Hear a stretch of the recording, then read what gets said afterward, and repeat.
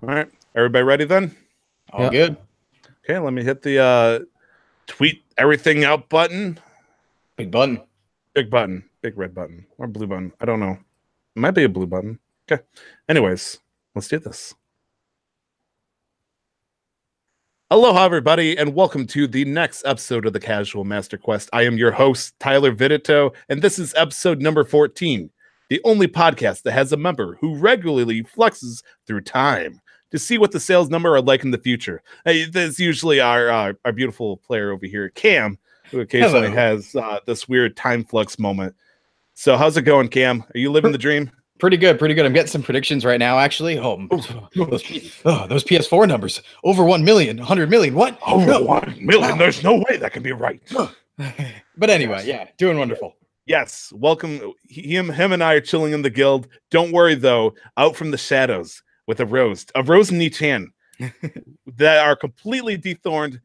Make sure he's all set. We got Nick. Nick, how's it going, my pal, my friend? Are you looking alive? Good afternoon. Welcome to the guild. Yeah, take good a seat afternoon. by the fire. Grab a drink. Ooh, get comfortable for all the stories. Nick is role playing. I like this. Man, is this what Nick at 9:30 a.m. Pacific time is like? Because this is what we get. This is morning Nick, fueled by sugar and lack of sleep. Oh man! Like, no, well, actually, I got enough sleep. I slept 3 hours earlier than I usually did at 1:30. Yeah, we totally. Well, I don't know what you did afterwards, but we totally partied kind of late for us. Cam and I playing Fortnite together. But you are a night owl. Once you get the taste of the nightlife, you go deep. Yeah, and I don't even do anything. I just sit there on my computer, just going through Reddit for 3 hours. Oh no! Yep. What my best friend does, where he doesn't want to go to sleep, but he doesn't know what he actually wants to do. Pretty much, he just goes for the tiny, like, little minuscule taste of like entertainment that he can find on Reddit. For me, that's Twitter. Like but munchies at 2 a.m. on YouTube. Right?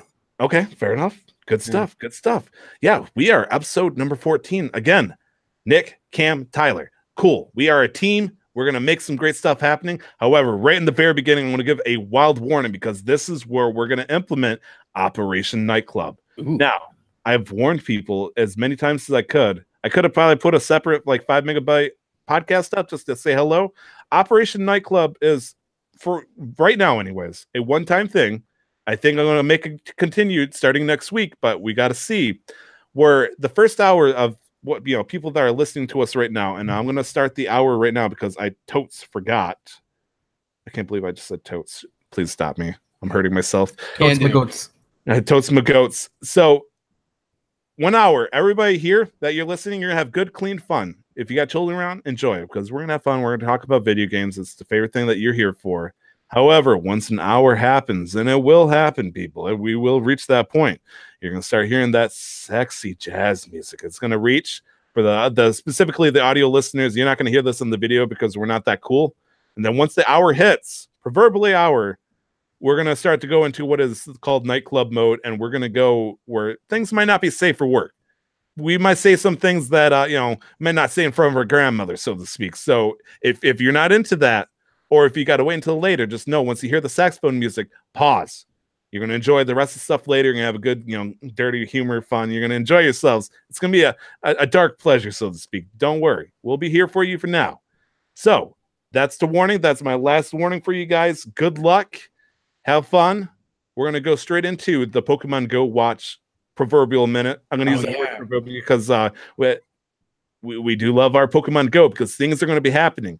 Unfortunately, we are talking right now specifically at 12:30 p.m. on Saturday, Eastern Standard Time, which means the special community event has not happened yet.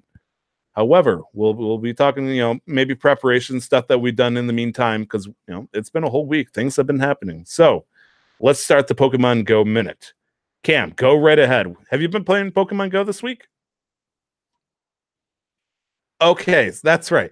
So we've lost Cam. I'm back. Cam has gone into the future to get the numbers of Pokemon Go to see if the numbers are good. Cam, are the numbers good over in Pokemon Go? Looking okay. They're not amazing, but they're passable, I would say. To be fair, it's been out for 2 years and 2 months as of probably like a week ago, and they've hit over 800 million downloads. Yeah. Yeah, like WoWWee. Now, to be fair, probably a lot of them are bots. I'm not gonna lie.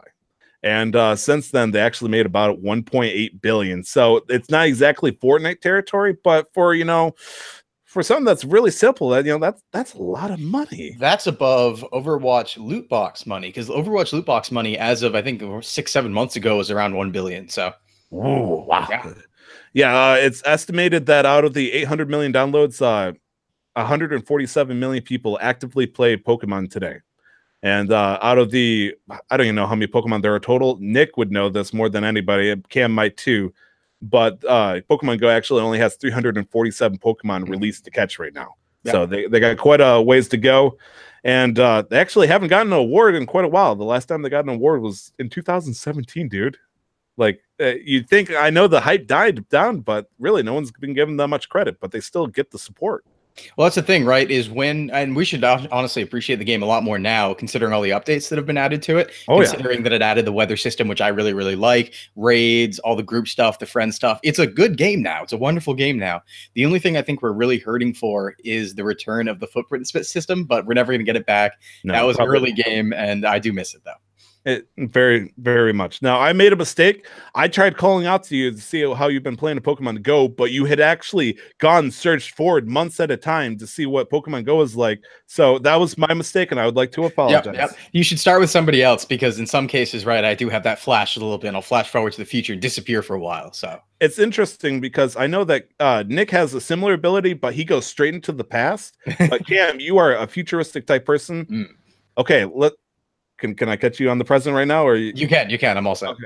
With your blessing, great Pokemon Master. Yes, I would love to hear about your Pokemon Go experience. Right, this week in Pokemon Go, a very impressive week. Pokemaste. I opened the app. Oh, Oof, that's it. Oh. I open the app every day. I can confirm, because I've received quite a few gifts from you. Not recently, you haven't, because recently I haven't been leaving my house because I haven't had work recently on contract. So I haven't actually been spinning stops or getting gifts. So I haven't actually given out gifts in a bit for people, and I feel bad about it. So I'm like, I feel it. I feel it. So you haven't gotten too much. Have you gotten prepped up? Are you going to be doing the EV event this weekend? Man, like I said before, it feels like the events come actually every week. I swear it's like every weekend we're recording the podcast. It feels like, oh, it's a community day. Perfect. So no, because I got a party I got to go to later today, and I got to go ahead and prepare some stuff, do some household chores, maybe tomorrow, because it is a 2-day, which is really nice, and Sunday's a lot better. Nice. Sunday's a lot better for me to get out and do that. So I probably will. I'll at least catch some from my house. But the reason, how I'm far as I am in Pokemon Go, despite not going out and doing it so much, is because there's never been a day I haven't opened the app since launch. So I do play every day. It's just on a casual basis. A casual Master Quest basis? You could say that. You could say that. I could say that. I could say it. So Pokemon Go over in Nick's world. I have a hunch. I might know what the answer is, but I could be wrong. Nick, are you going to prove me wrong today? Have you been playing any Pokemon Go? This week, yes, I have. I've been getting out of the house a lot more. And I know because you've been, or at least you should know, because you've been getting gifts daily. Yes, I know. Yeah. Well, I like to set up situations where if I am wrong, it benefits me as a person, as the group. So I'm okay with being humiliated for the sake of the masses. So that's okay. There's nothing wrong with being wrong, unless you're doing a Nick Switch initiative challenge, which that's later. That's later. Don't worry. I got some good stuff for you. Yep. I know you studied, buddy.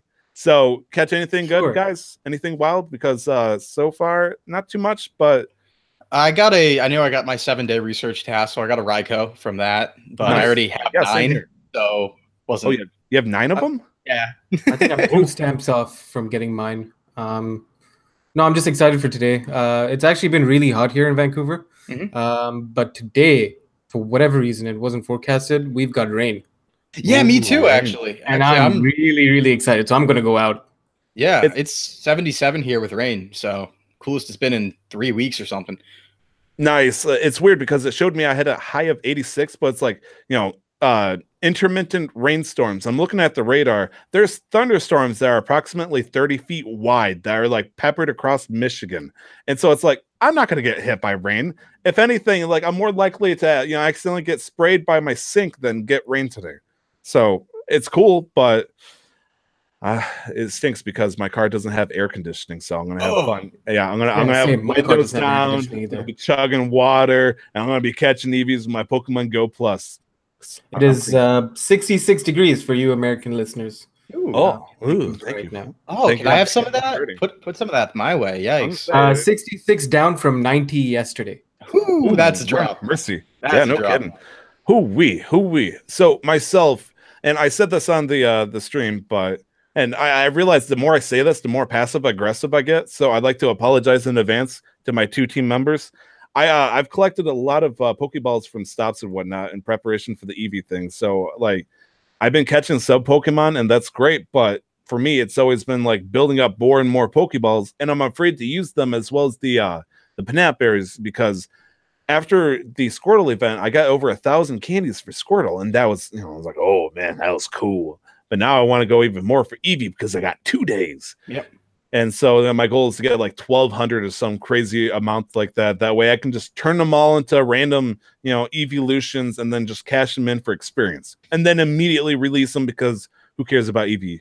Right? Everybody. Sure, I think I have like 900 Eevee candies myself, just because they're really common in my neighborhood. So really, I rarely see them. Yeah. It's nice because originally they were 10-kilometer eggs, but they bumped them down to 5-kilometer. Yeah. Because you're hoping for a Snorlax or a Lapras, and all of a sudden Eevee.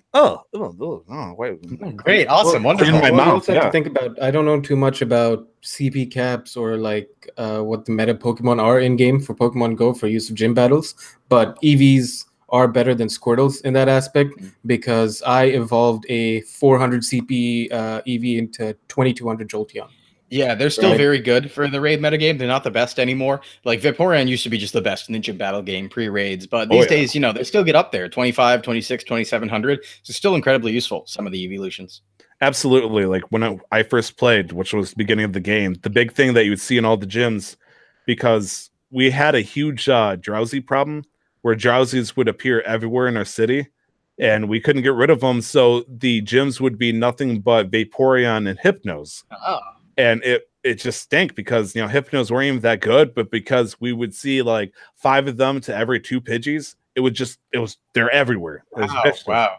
Thankfully they cut them down. Yeah, my meta was Rhydon, Gyarados, Vaporeon in the gyms in my area. Oh, that would have been nice. Like something a little bit different, because ooh. And of course Dratini's, there was one night that I decided to stay up until like 2 in the morning in our local park before they started.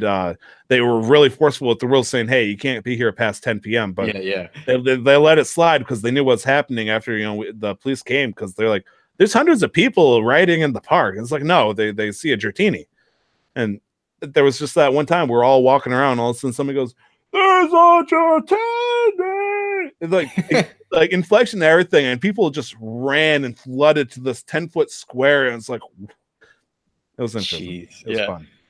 But yes, got a lot of Pokeballs. I'm prepped up to catch a bunch of Eevees, turn them into evolutions, maybe keep a few, because Vaporeons, Jolteons, and Espeons and Umbreons, in particular to me anyways, are very good mechanical defenders and maybe attackers. So that was the Pokemon Go minute, unless anybody has any last things that they want to say. I'm all good. That was a long minute. It was a very long minute. It gets stretched. Like I can stretch out the Pokemon Go song, just boom, boom, boom, boom, boom, boom, boom, and back down. Also, I just want to point out there will be shiny Eevees out. So look for them. If you want a albino Eevee, they will be out there. So get hyped. Get hyped. Okay, so that was the Pokemon Go minute. Now we're going to be going into what you've been playing. Now, I always I got warned this time, so I'm going to pick this time. That way, in case he teleports, Nick, what have you been playing? Tell me all the new stuff you've been playing. Your clean palette. I've actually not been playing anything new. Surprise! I know, shocker. Really? What goes well? Yeah, no, Destiny 2, Overwatch. Oh, that's a new game that just came out recently, wasn't it? Yeah. Which one are we talking about? Overwatch or Destiny 2? Destiny 2. Overwatch has been out for a few years, but Destiny 2, didn't that come out like this week? Yeah, it came out this week. What are you talking about? Yeah, with new DLC. Yeah, actually, it's a brand new game by Bungie. They just felt like the 2 really went well with Destiny, so there was no sequel or like prequel or anything. It was just a solo game they just released randomly. Makes sense. Destiny was a beta, but it was a closed beta. No one actually got to play it besides Bungie members. No, Destiny was like a freak brain love child of Hideo Kojima and whoever's in charge of Bungie, so that's why it never actually existed. And of course, everybody knows Bungie as the creators of Gears of War. Right. Yeah, exactly. Absolutely. Yeah. And of course, it's They sequel partnered Heavenly with Sword. they actually partnered with Ninja Theory to make Yoshi's Island. Yeah. Nice. That's a I little forgot about that. lesser known fact. Yeah. A lot of people falsely kind of mention it with Shigeru Miyamoto, but that is completely just a myth. In fact, complete myth. I can't keep this up. Yeah, you're going for something. Yep. I was gonna say, it's like I keep trying to mix stuff up. We're gonna burn down real quick. So Destiny. Well, that was back when. Sorry, that was back. Just to remember my years correctly, right? That was back in like 2006 or so when Phil Spencer, the president of Sony, was working on the Dreamcast. Oh, yeah. I feel like Cam could keep this up. I feel like he could very well keep this up. Oh yeah, for an hour easily. I got grabs. Yeah. No, Destiny 2. There's an expansion coming out September 4th. It's called Forsaken. It's gonna be good.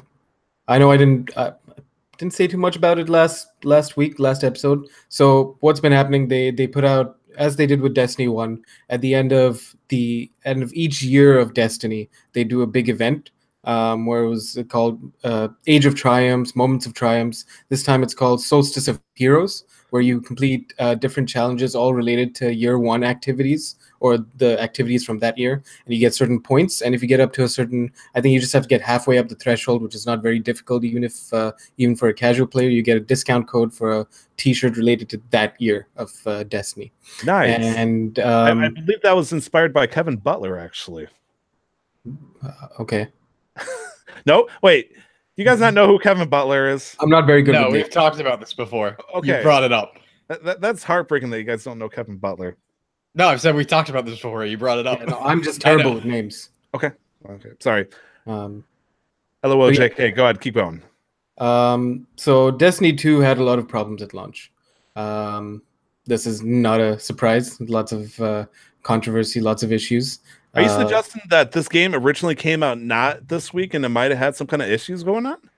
Contrary to popular belief, Destiny 2 actually came out September 4th or September 5th, 2017 for the PS4 and the Xbox One, and then October 6th or October 14th for the PC, using coming out through Blizzard Activision's partnership through the Battle.net launcher. Which is a fantastic idea, by the way. Fantastic idea. It helps with the cheating, the hacking, because of Blizzard's own safety, security. Right, and Valve doesn't get like a huge amount of that money because I'm sure they get a good chunk out of it. Yeah. And so there's just a lack of things to do, lack of replayability, lack of end game activities. You have your power level, which is what it's like you hit the level cap, so it goes straight from 1 to 25 currently, or 1 to 30, and then you have a power level, which is an aggregate score or an average of your gear, of your 3 weapons and of your 5 armor pieces, and it adds up to just like your power level and how you're going to do in all these other different activities. But that didn't really matter to a large extent in like the big raids at the end of the game that were part of endgame content. There was no reason to do any of the daily stuff because people would reach the level cap like really quick, get all the gear really quick. And so they made the game really like catering towards the casuals, which to a certain extent I can understand, because you want to be able to keep everybody happy. But when everybody has it's a weird saying, but when everybody's happy, nobody's happy. Yep. Especially when it comes to games, because then there's nothing for the hardcore players to do. And people used to hardcore grind in Destiny 1, even though it got really bad towards the end in terms of PvP and things being stale because there's no new content for 6 months. They removed random rolls from weapons, so it made no sense grinding out any kind of weapon because there were always static rolls and the weapon pool was limited as it is. They removed private matches for the PvP, which was included in Destiny 1, but removed from Destiny 2, a sequel game, as a feature. Sorry. I was gonna ask about how much time do you think you spent this week playing Destiny 2? This week, not so much because I've been busy with final exams, but ever since Destiny 2 launched, I've put about 300 hours into Destiny 2, which is not a lot compared to Destiny 1, where I was up to about 1,200 hours. All right, fair enough. And so, yeah, so with the launch of Forsaken, they're releasing a bunch of quality of life updates. They're changing the weapon system, which they just changed it and went it all to hell in Destiny 2 at the start of it. It just made it really boring, really stale to play. At the very core gameplay, core of it, gameplay is fantastic. Gunplay is amazing. It feels good, really crisp, really snappy. But the weapon slot system they changed from D1 just didn't work out. So in regards, just really quick, in regards to it being an expansion of Destiny 2, if you were to compare it to a Destiny 1 expansion, which one would this be? Would this be like the complete overhaul that the later ones were, or what one would you equate it to? The Taken King, which came out in year 2 of Destiny, and that basically changed everything and fixed the game. So that Taken King year was the best year. That's when all the content creators really hit their like stride and went through their golden age. That's when, you know, there's one creator in particular who quoted a couple of days ago saying, because of Taken King, I eat steak every night. Yeah, I played then as well. So yeah, the content was fantastic then. This is what it's going to be like, and so we're all hopeful. They've been showcasing a bunch of stuff. There was a combat reveal stream earlier this week, actually, and so we're all cautiously optimistic. But just seeing what they've already done so far, it's enough for everybody to get excited. Fair enough. That was Destiny 2. You also said you played some Overwatch and maybe another game. Yeah, so Overwatch has been my staple since it released. What's your favorite character to play as? I always ask and I always forget. It's hard because thinking that's why I forget, to be honest. Then thinking of competitive, I played and I started filling because I solo queue. I still do a lot, and so I became a support main. I became a Mercy main just because people don't like to heal or don't want to heal, and so I have to be like, all right, I'll heal. Just play whatever you want. I'll keep you alive, and I don't usually pretend or like to act cocky, but I'm a pretty damn good Mercy. And then I started branching out because Mercy was getting a little stale then. I really enjoyed playing Mercy. Like it became like I hated playing Mercy. Then I really because I played her so much, I really enjoy playing Mercy now. I think I have over 50 hours in Mercy, and that's not a lot, but I have, you know, then the next character over I have 30 hours, and then the next character over 20 hours. So I have a lot of hours over a bunch of characters. So I'd go Mercy. I love playing Ana. I enjoy playing Moira. So I became a healer main now because that's good. Support mains. Respect support mains. I'm one as well. So, and I'm also like a flex tank main. Like I can play D.Va, I can play Ryan, and I can play Soldier in rare cases. But this is always, of course, competitive. If I'm talking about like the competitive scenario, if I'm playing quick play, if I'm just messing around, I love playing the snipers. Hanzo and Widowmaker are my favorite characters of any game ever. No, thank you. Like as much as I somehow fictitiously say that I'm good as a sniper.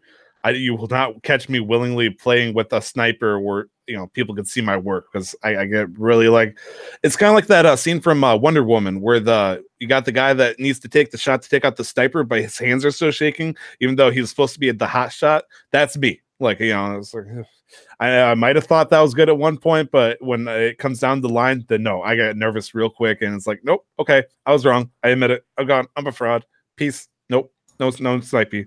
Yeah, no, I understand that. And then Fortnite with friends. Really? Cool. We actually played Fortnite yesterday. Congratulations.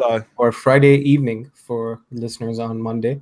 You know, people that play Fortnite are actually, I don't know where I was going to go with that, because it's like, okay, so yes, we all played Fortnite together yesterday. And as Cam pointed out at one point, once you admit that you play Fortnite to some people, suddenly they start coming out of the woodwork like, oh yeah, actually I play Fortnite too. I just didn't want to talk about it because people are starting to, you know, shame each other. The very loud minority, as it turns out, that haven't played Fortnite, that don't like it, or they have played and they don't like it, talk so much about it, how much they dislike it, that people who do play it and never said it before, they're nervous about mentioning it. And yes, we like Fortnite, and actually I started learning how to play good yesterday, and that was my favorite part, because I realized someone told me this, and I don't know, it might have been a stream, it might have been an article, it might have been anything. You much would rather try to miss aiming at the head than trying to successfully hit at the body, because the head hits and crits so hard that, you know, it means so much more in that moment. And so there was a point where I actually turned awesome for a second, because I remember this advice as I came falling on the ground with a shotgun, and then I tried aiming at the head, you know, was hoping that, you know, I'd hit it. I did, and it hit just enough that it critted enough that it took him out. It's like, holy crap, this works. And then the second guy, you know, he got nervous and he started firing in this wild, like, he treated like a railgun at that, well, not a railgun, a minigun, just like shooting like in this wide circle around me. And I'm just sitting there, standing there like, I've become the Jedi I've dreamed. He turned into a stormtrooper, basically. You can't touch me. Yeah, pretty much. And then I hit him in the head. I'm like, it works. It's magical. But yes, the three of us played Fortnite. Do you guys enjoy it?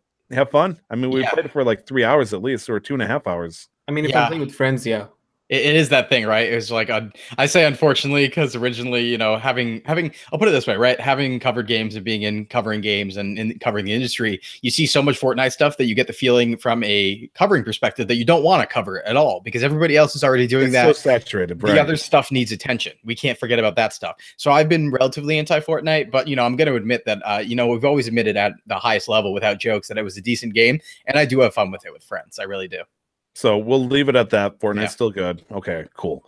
So Cam, lay it on me. You've been streaming a lot of different games. I've been streaming a lot of different games in the Pokemon series. So I guess I'm a Pokemon streamer now. That's a thing. Yeah, congratulations. So, thank you. I found my heart. It feels like I found my identity because everything. Yeah, some soul searching. Everything's just working out well now. So I'm hitting 3 Nuzlocke at once right now. One on Pokemon Prism, which is a very expansive fan game. One on Pokemon Heart Gold in my spare time. Actually 4. One in Pokemon Crystal as well. And also Pokemon White 2 randomized. And White 2 and Prism are streamed on Monday and Friday.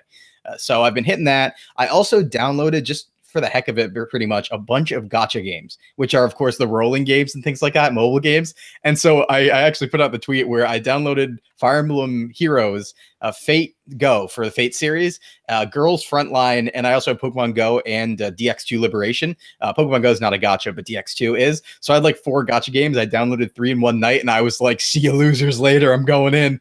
Just cancel your credit card now. Save yourself the horrors that you could potentially face. Well, luckily, I'm a free-to-play player. For that sort of thing, I don't put money into mobile games, so I just kind of do it at my own pace. The real struggle with mobile games for me, though, is when I load up on too many, it becomes like a morning ritual of I'm spending an hour and a half going through mobile games, and I don't want that to happen, so I'm looking for ones, ironically, with a little gameplay, because I want something I can just press and then move on, pretty much.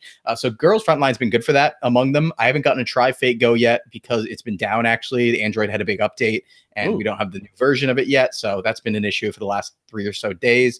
But yeah, I've been working at that. I played a new game called Hacknet on Steam, which was gifted to me by a friend, Lucklight. And Hacknet was very interesting. It was an interface. I streamed this as well, actually. And it was an interface command, like a command console on a computer.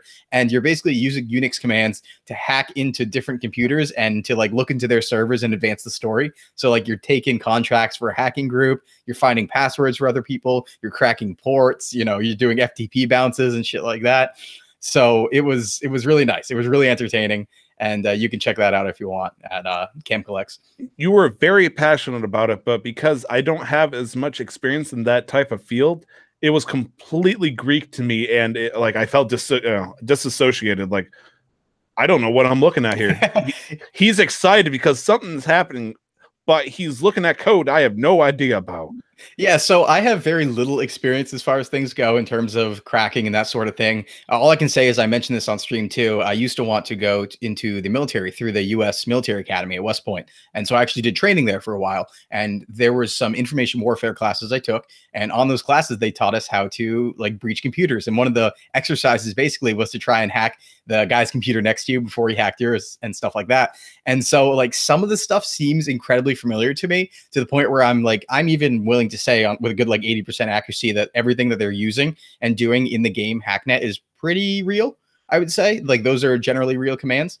So that's pretty cool as well. You know, it does teach you a thing or two, and at least how computers work and how, you know, getting past firewalls works and how getting into ports work and that sort of thing.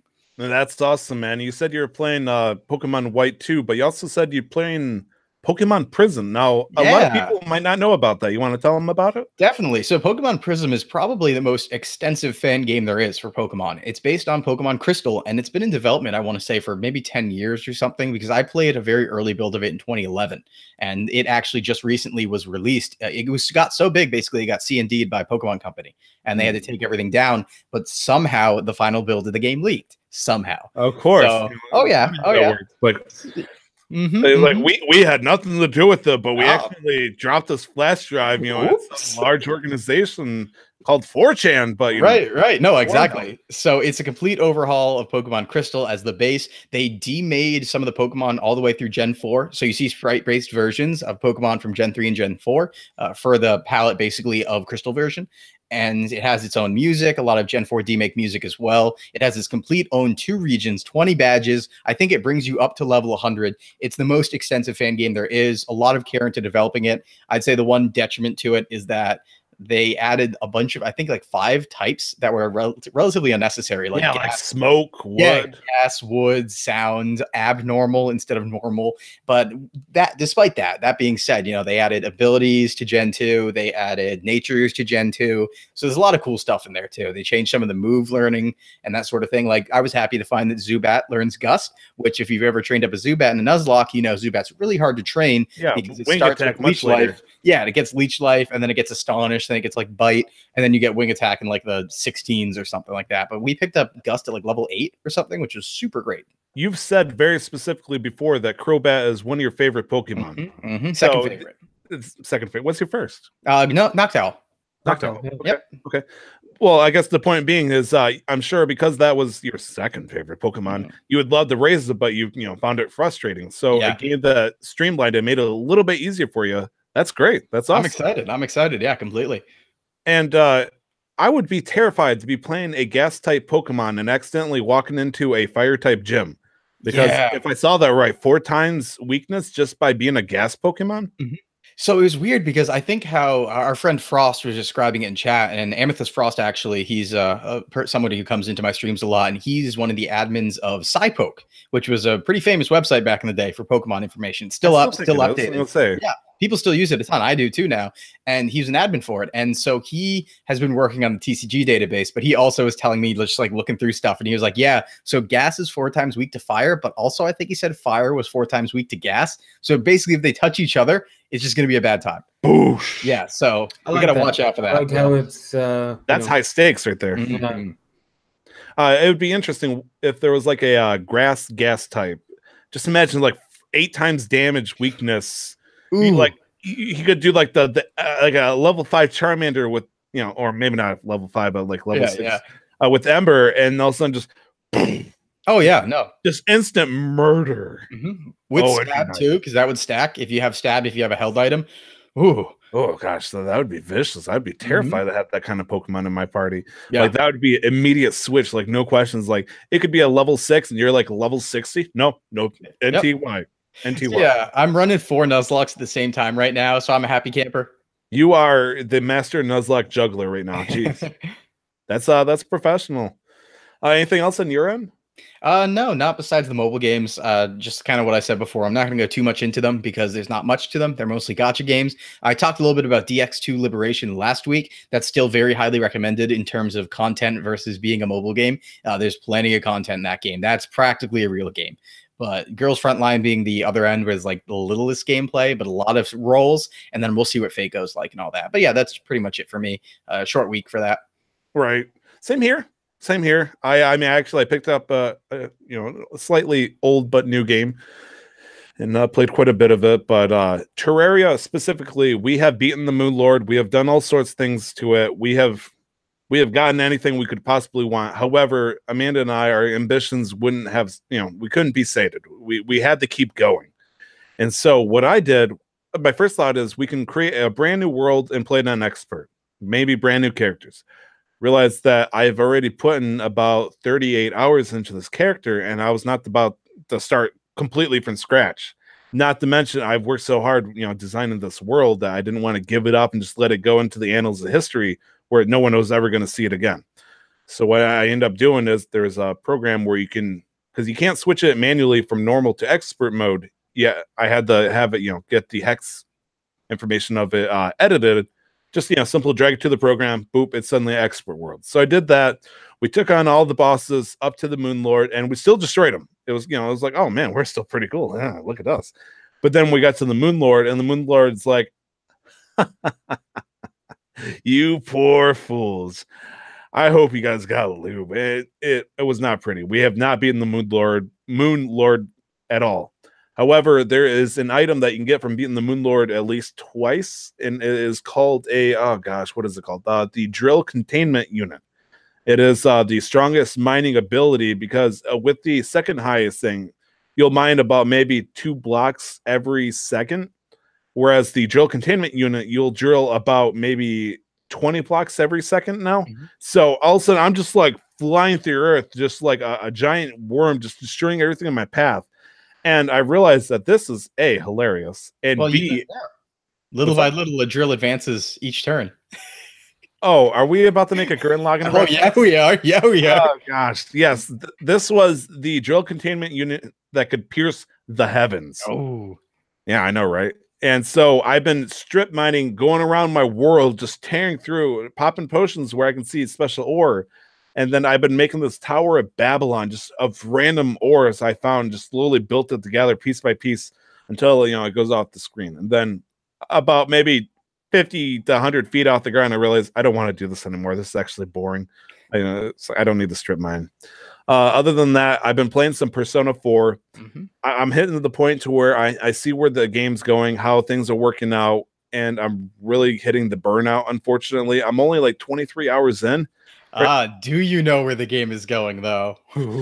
Well, right now, well, I just mean in terms of like, okay, there's a dungeon, you're going to be doing the dungeon, and then you spend, you know, a week and a half to like trying to raise up your Persona statuses and your social links and all that. And right now, it just out of the blue is like, hey, this kid that, you know, hit on Yukiko and tried asking her out, and, you know, got, you know, the guy. Yep. He's suddenly in, you know, in the other world. It's like, oh, okay, there's no build up for that whatsoever. There's slight mention about why he's back there, I guess, but now I'm doing that world and I have no connection to him whatsoever. It's like, I don't want this guy on my team.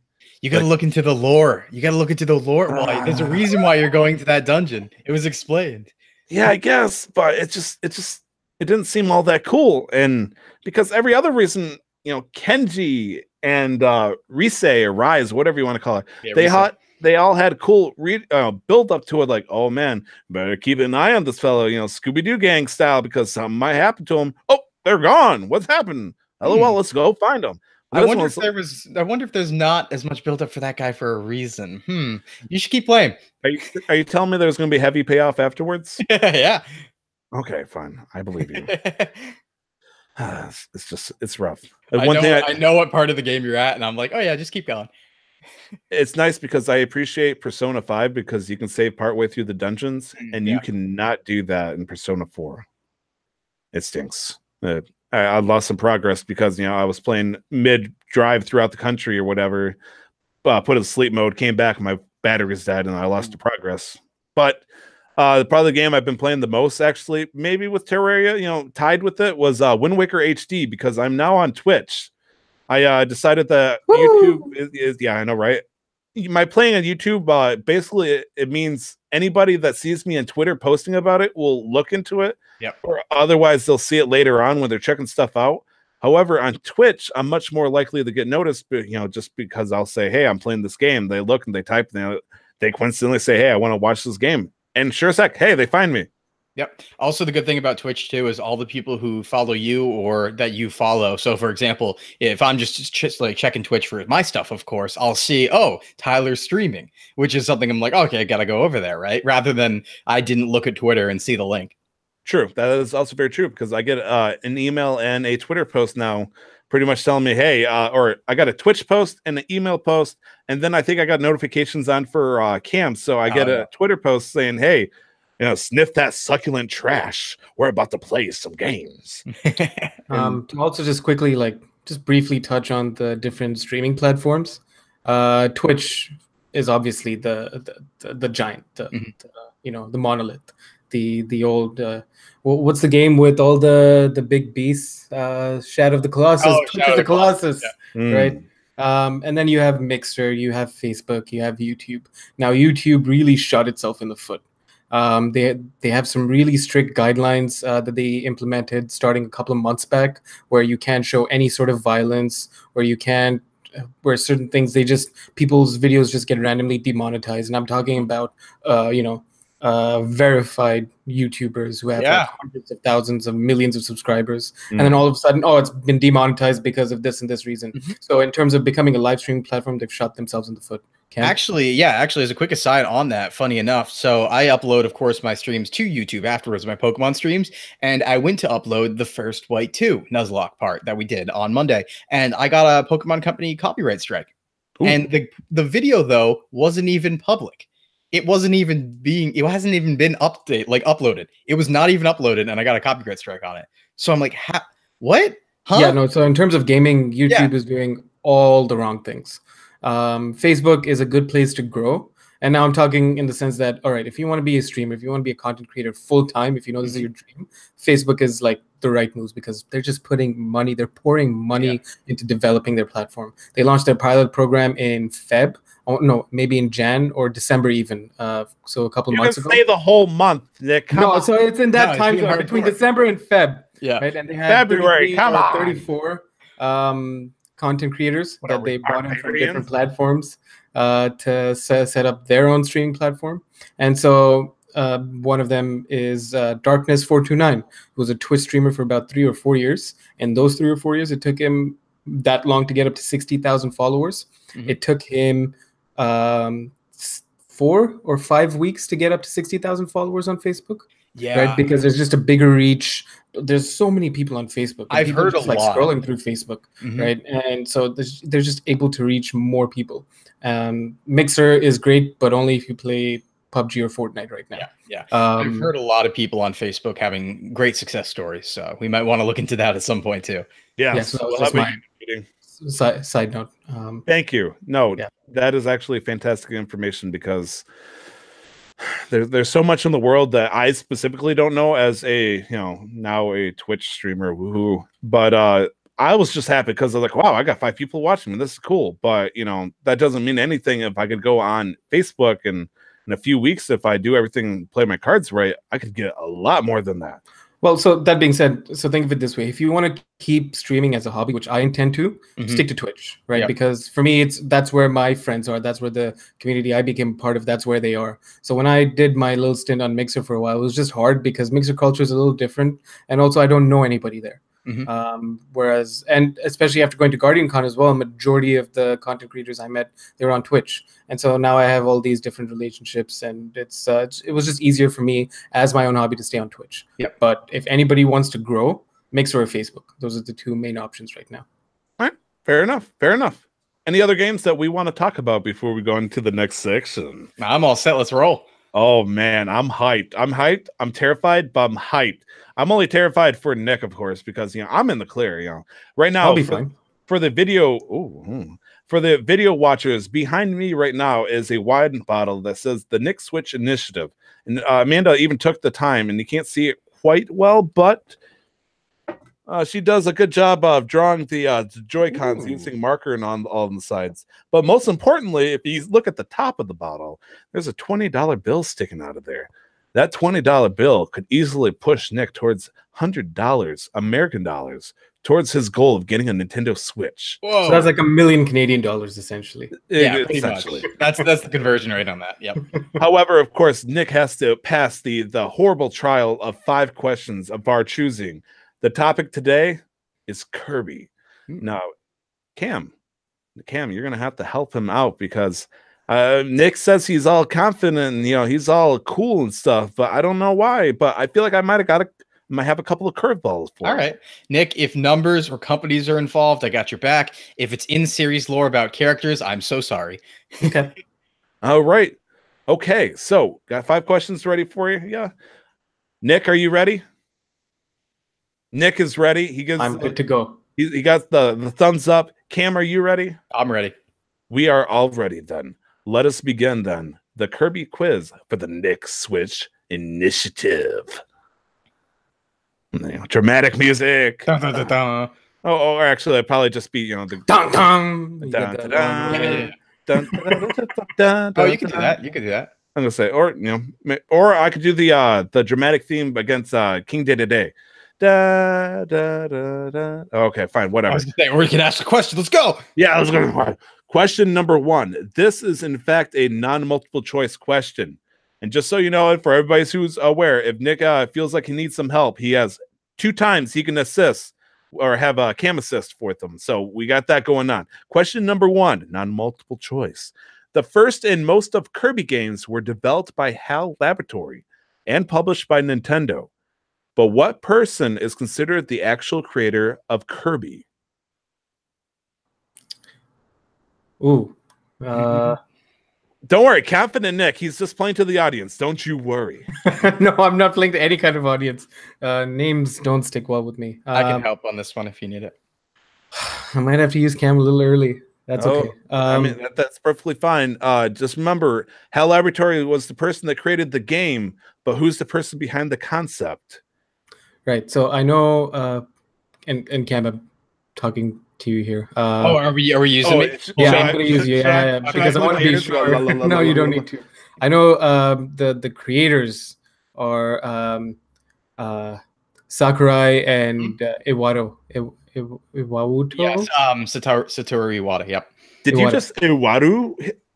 I'm terrible with names. You have to. President of Nintendo. So you're looking at Masahiro Sakurai and Satoru Iwata is what you're looking at. Satoru Iwata. Yeah. Yep. Those are the 2 people. Yes, I knew it. Yep. I'm gonna go with that answer. So the first, I would say that you have to answer, of course, who's the creator though. The single, I think he was asking. I would say go for Sakurai. Okay, so Sakurai, Masahiro Sakurai.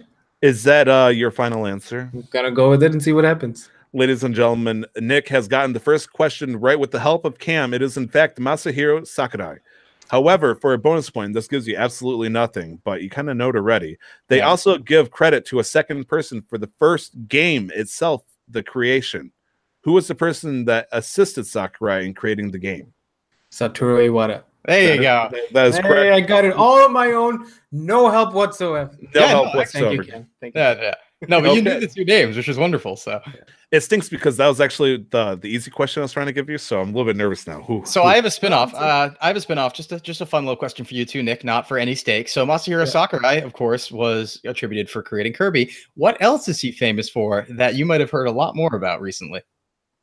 Didn't we went over this? I'm 100% sure. Like I remember, like I recognize his name. Yep, his name is something I recognize. You'd recognize it because never asked for anything else ever again. Yeah, he's the director of Super Smash Brothers. Okay. Yep. Oh man, Nick sounded so thrilled. No, in his defense, it's like 10 o'clock in the morning, so you know. Fair, yeah. Okay, 10:20 actually. Oh, 10:20. Pardon me, my kind gentleman, scholar, saint. Question number 2. Which game introduced the ability for Kirby to copy enemy attacks by inhaling them? And I want to say for the record here, for you guys to keep this in mind, the 4 choices are the first 4 main games. There are also other games that came out, like side games like Kirby Avalanche and whatnot. Right, These are the first 4 core series. I'm going to name them off. A is Kirby's Dream Land. Yep. B is Kirby's Adventure. Yep. C, which is kind of a core game, but not really, Kirby's Dream Course. Okay. Or D, Kirby's Adventure 2. I have this answer, but yeah. So if I get it wrong, I get it wrong. I don't care. B, Kirby's Adventure. Okay, is that your final answer? Yep. Ladies and gentlemen, Nick is just blowing right through this with a B, Kirby's Adventure, and that is absolutely correct. Yes, that is right. A lot of people, if they haven't played the game before, they think Kirby's Dream Land, he's able to copy abilities right off the get-go. But back then, it was all just inhaling stars and spitting it out. All I know about Kirby before I read up for this quiz is that he inhales things and gains their power. And so, for whatever reason, with the way you phrased that question, I knew it was going to be the first one, but I didn't know it was going to be the second one. So I'm like, well, I already have one in the bag, and I have to get 2 more. So if I get this wrong, I get this wrong. I see what you're going for. So these are like multiple choice final exam tactics, right? Yeah. I can kind of eliminate 2 of them, or at least one of them, and so I have a 1 in 3 chance now. Okay, so am I being too nice with you? Because I can drop the hints. The hints are off. See, this is the only time let's where drop the hints. Okay, yeah, let's drop the hints. Yeah, we're at 2 at a. Yeah, let's drop the hints. Okay. Question number 3. What's the name of the planet that Kirby lives on? Popstar. Oh. Okay, is that your final answer? Yes, my final answer. Cam, I need you as the judge on this one. Okay. Because in Wikipedia, it's not really Pop Star; it's called Pop Planet. But Pop Star is the localized name of it. I'm pretty sure. Oh, okay, I can work with you on this one then, because I feel like maybe localization, maybe there's definitely stars that constantly go around, and stars is definitely a theme, but it's technically a planet. It's not a star. You don't live on the sun. Right. But yeah, but it is a star-shaped planet. Yeah, and I'm pretty sure the localization calls it Pop Star. But then again, like we're talking that, like Dreamland in Japanese, I think is like Pururu Land or something like that, or Puru Land or something. So yeah, it's the same thing. Okay, fine, whatever. I'm going to start throwing random questions at Nick now. Nick, you already won. I'm already mad. What is the name of the part of Pop Star that Kirby lives in? Dreamland. Okay. I thought that was the name of the universe. No, Dreamland is technically the country. Yeah. That King Dedede rules theoretically, but Kirby happens to live in. Okay, fine. Question number 4. What game introduced Kirby into the 3D world, as well as the concept of combining copy abilities? This is multiple choice if you need it. You don't need it. He already won, so let's make it difficult, right? Sure, fine. I'm taking it away. Fine. What game introduces Kirby into a 3D setting, and he has the ability to combine copy abilities together? I know this one, but you won already. So I want to say Halo Combat Evolved. That came out. I have no idea. Let me go. Kirby 64 Crystal Shards. It stinks because in this question particularly, that was answer C. Kirby 64, the Crystal Shards. Yes, that is correct. To Cam, Nick, we were wrong. Sorry, that wasn't Halo. I was gonna put Kirby and the Crystal Shards because I didn't want to say 64 because anybody can think if it's 64, that's probably when it hit its first 3D. True. No more context clues for you, mister. I gotcha. Okay, fine. So this one is going to be the ultimate showdown. Question number 5. If you get this wrong, you actually get -5 points. Ooh. Okay. Yeah, I'm willing to take that risk. Okay, hanging on here. I'm going crazy here. Question number 5. This is true or false. You got a 50-50 chance. All right. Kirby has come out on every Nintendo console since the Nintendo Entertainment System, with the exception of the Virtual Boy. Oh, call me in for help on this one. Cam, I'm calling you for help on this one. All right, let's play some thoughts. I want to say that you answered question number 1 and question number 4 for Nick here. So can you really help on a third? I answered wrong for question number 4. Okay, fine. If you guys need to team up and cheat, I'm just going to sit here and get the bottle ready to push the $20 in. Didn't call Cam in for question number 4. Okay, so let me go through the console. So Game Boy, definitive yes. Game Boy Advance, definitive yes. I'll go handhelds, then home console. So Game Boy, definitive yes. Advance, definitive yes. DS, definitive yes. 3DS, definitive yes. Let's see. Terms of home consoles: NES, yes. Super Nintendo, yes. Virtual Boy, no, but that's excluded. $20 in. 64, yes. GameCube, yes. Wii, yes. Switch, yes. Wii U. I think so. I think the answer is true. I think there's a Wii U Kirby game. I'm pretty sure because I think it's not Epic Yarn. Epic Yarn's on the Wii, but there's some sort of motion controlled Kirby game on the Wii U. I'm pretty darn sure. The answer is true, Tyler. That's what we're going. I forgot a console. Oh wait, no. Hold on. Did you say since the NES, or did you say every Nintendo console? Every Nintendo console since the Nintendo Entertainment System. Okay, because I was wondering if he was going to go for it was not on like the Game & Watch or the TV Color game, and I was like, ugh. Now, did the Game & Watch come after the Nintendo console?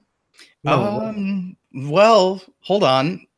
NES was 80s, early 80s, and Game & Watch was handheld in years I forgot. I thought Yeah, they might have come out. They might have come out around then too. So I don't think they were. Let's borrow Game & Watch then, just from that one because I don't know that either. Let me make sure I'm not forgetting a console. We're not consider Satellaview a console, right? I just want to point out that Cam is carrying Nick here hard. Are we very hard? Yeah. Are we counting the? Are we counting the 64 DD? Or are we counting the Famicom Disk System as a separate system? I need to know these things. Tyler, I just want to say I think you've made this question unnecessarily complicated for yourself. I'm sorry. I made this very simple. There's somebody else that's tearing this gun apart to look at every single piece. I need to know. Okay, I'm sorry. I made this question really complicated to answer for us. Has Kirby come out on every American delivered Nintendo console since the Nintendo Entertainment System, except for the Virtual Boy? All right. I feel like stipulations are killing me. Well, I'm forgetting. I always feel like I'm forgetting something when it comes to Nintendo consoles. Like there's a secret one I'm forgetting. But he said true, so. Do you think it would come out on the Famicom, but not the Nintendo? What are you talking about here? Are you losing it? Well, no, I'm saying Famicom Disk System or 64DD were viable options if you want to talk about consoles in different formats. But if those aren't counted, then even if you want to argue the 64DD, yes, it's called the Crystal Shards. It still came out for it. It didn't come out specifically for the expansion pack. Yeah, that's what I mean. But some things, if it's exclusive to the expansion pack, some would consider that a separate console. Generally, that's how exclusivity is how we call that. So, but that's like saying, did it come out for the PlayStation 4 versus the PlayStation 4 Pro? Well, no, because some games there's no games that just run on the Pro, but there are games that just run on 64DD. I realize I'm making a terrible mistake here because I'm contesting his own thought process against. You're just propagating it. You're just keeping it going. I answered true. But he answered true. So answer is true. You answered true, and ladies and gentlemen, for the fifth question, to save himself from any humility, as I pushed the $20 in, yes, it is in fact true. Kirby has come out on every Nintendo console. In this question specifically, the American Nintendo consoles. So I think here on out, we should make like the next one like a big like midterm that just crushes me. You have to answer every single question that we've put up so far. Leave it to me. Numbers. No, dude, leave it to me. I'll give you something crushing. Yeah, because then we have to make me lose one so that it doesn't seem like it's rigged. You're right. You're right. Like, yeah, this one was kind of easy. Okay, I'm saying it now. I'm not proud of it. This one was a little easy. This was like Kirby games are easy in general. So there's, maybe. Mind you, though, I had fun learning about something. Like I just had no idea about like Kirby in general. Yeah, yeah. Okay, so how do we want to? I'll take next one. How do we want to really ruin his life in terms of a big midterm? How can I get gross with it? Let's see. I would say that you name off 5 different franchises and pick a question from each. Ooh, that way he has to read 5 different Wikipedia pages. And then should it be the 5 that we've already looked at before, though? That way, technically, it's a midterm he looked at. I have another idea. Why don't I know one. I'll give you 5, but those 5 are going to be different consoles. Oh, man. It's just, you pick on such very broad topics that's just murderous. It's like I'm going to murder him. But instead of a pencil for his meat or his testing, you just give him a gun with a single bullet. It's like, what are you doing? That's fine. I'll take it. So here's the plan, actually. Considering my forte, let's go even worse and let's go handheld. So I'm going to have you have a question. Your questions are going to be from 5 different Wikipedia pages, okay? And those Wikipedia pages are going to be Game Boy, and that includes the color. So Game Boy, Game Boy Light, Game Boy Color. Game Boy as a... Game Boy Advanced, so that includes Micro. DS, let's do... You're running out of... I'm like, do I want to switch? Well, why don't I just do DS, 3DS, Switch? So Game Boy, Game Boy Advance, DS, 3DS, Switch. Yep. But all the things within that family, it's going to be difficult. The reason why I specified early on is because the Game Boy family, sometimes if you look up Game Boy, it'll also get advanced stuff, but let's treat advanced separately, that whole line separate, Game Boy separate, and then DS, 3DS, Switch. And you're going to have one question from each, those Wikipedia pages. And I'm going to get real hard on you. And I will up the ante then. If you do succeed in winning this, instead of $20, I'll put it to $50. Oh, and I will say this. That would have put you literally halfway to $300. Mm-hmm. I'm not completely without remorse. So what I will do is every question I ask you will be something I know already. So I will say that. So it's not going to be anything so deep that somebody wouldn't want to memorize it. Okay, no, but it's still like exponentially more than I would know. Most likely. Technically, yes. Yeah. Okay, like, no, that's fair. Sakurai, who? Hal did what? So, just a random fun fact I shot at Cam earlier. The origin of Hal's name, the person, the company in charge of developing Kirby, I pointed out to Cam that they created Hal because it was one letter below IBM, which was a competing company at the time, because they wanted to be one step ahead of them every single time, including the name. So IBM. They drop, if you drop each one down a letter, it would be HAL, which is how. Wouldn't it make sense then to just go up one? Well, I mean, they want to be one step ahead by, if I guess if you're going to pick I, then let me. They should have been JC. Some horrible name that wouldn't make sense. So that was the origin of Hal. So, Nick, I want to say for the record, congratulations. Thank you. You beat the quiz for Kirby. We got happy dramatic music, I'm sure, playing in the background that we just can't hear right now, but it's there. It's there. You're enjoying it. I just want to point for the record that you are now at $100. In fact, you're at 101 because I found a dollar bill sitting somewhere, and I was like, I'll put it in the pot. So you're at $101. So if you do pass the midterms, you will in fact be over halfway there. That's right now. You are over 1/3 of the way there just by sheer studying alone. I'm not going to lie. The amount of time that you could potentially put in studying for this, you probably could be making money at a real job, and it'd probably be more profitable, I guess you could say. But for easiness, wanting to learn, trying to get better as a person, better than us as people that are looking up Wikipedia articles, you will one day be the true Nintendo hero that we all look forward, and you'll be given the legendary weapon. And I also want to say that here's the thing, right? Doing these quizzes, once you answer all the questions, once you get your Switch, you're going to be in a position where you understand Nintendo history. And I earned it. 90% of people. So, okay, you're getting your chops. I do have one question for you, Nick. This might influence everything. What is the first game that you want to get and play for the Nintendo Switch?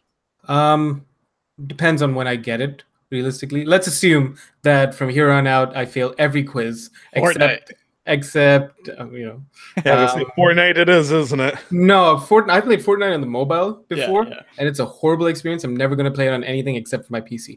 Anyways, let's assume that I start passing these quizzes again right before the new core Pokemon RPG drops in November next year. Then it's going to be Pokemon. Otherwise, I think I'm either going to go... I feel like Breath of the Wild is probably what I'm gonna get first, because that's the flagship game. That's the launch game. I can see that for you. Honestly, it's like I would love the strong arm Breath of the Wild, because I personally think it would be the best game that you should always recommend as the first game. However, I'm not above admitting that there might be better suited games, such as Mario Odyssey. Mario Odyssey might be a game into your interest. I was thinking about that actually. It's probably going to be one of those games, like a little bit big, open world, RPG type, Let's say by the end of the year, the top 3 games I would recommend for you to get would probably be Breath of the Wild, Odyssey, and then Let's Go Eevee. That would probably be the big 3. There's other smaller titles. We've talked about in that case, hit Xenoblade. Let's go. Yeah, hit Xenoblade. Oh yeah, I want to try Xenoblade, or even Octopath. Yeah. Were we not talking about Let's Go Eevee? Were you talking about the game further? I'm talking about next year. Yeah. I was saying, assuming I failed all the way. Yeah. No, I would never ever buy Let's Go as my first game. Exactly. Doing better than I will. You do not want Let's Go Eevee, because Let's Go Pikachu is clearly the better one. I said Let's Go specifically. I know, and I corrected you. Oh, geez, I am a little troublemaker, ain't I? Okay, so we got 1 minute left before things are really going to heat up. So, and I think I found like the perfect thing to just talk about, sort of segue into before we hit the news. Okay. Gamescom this year.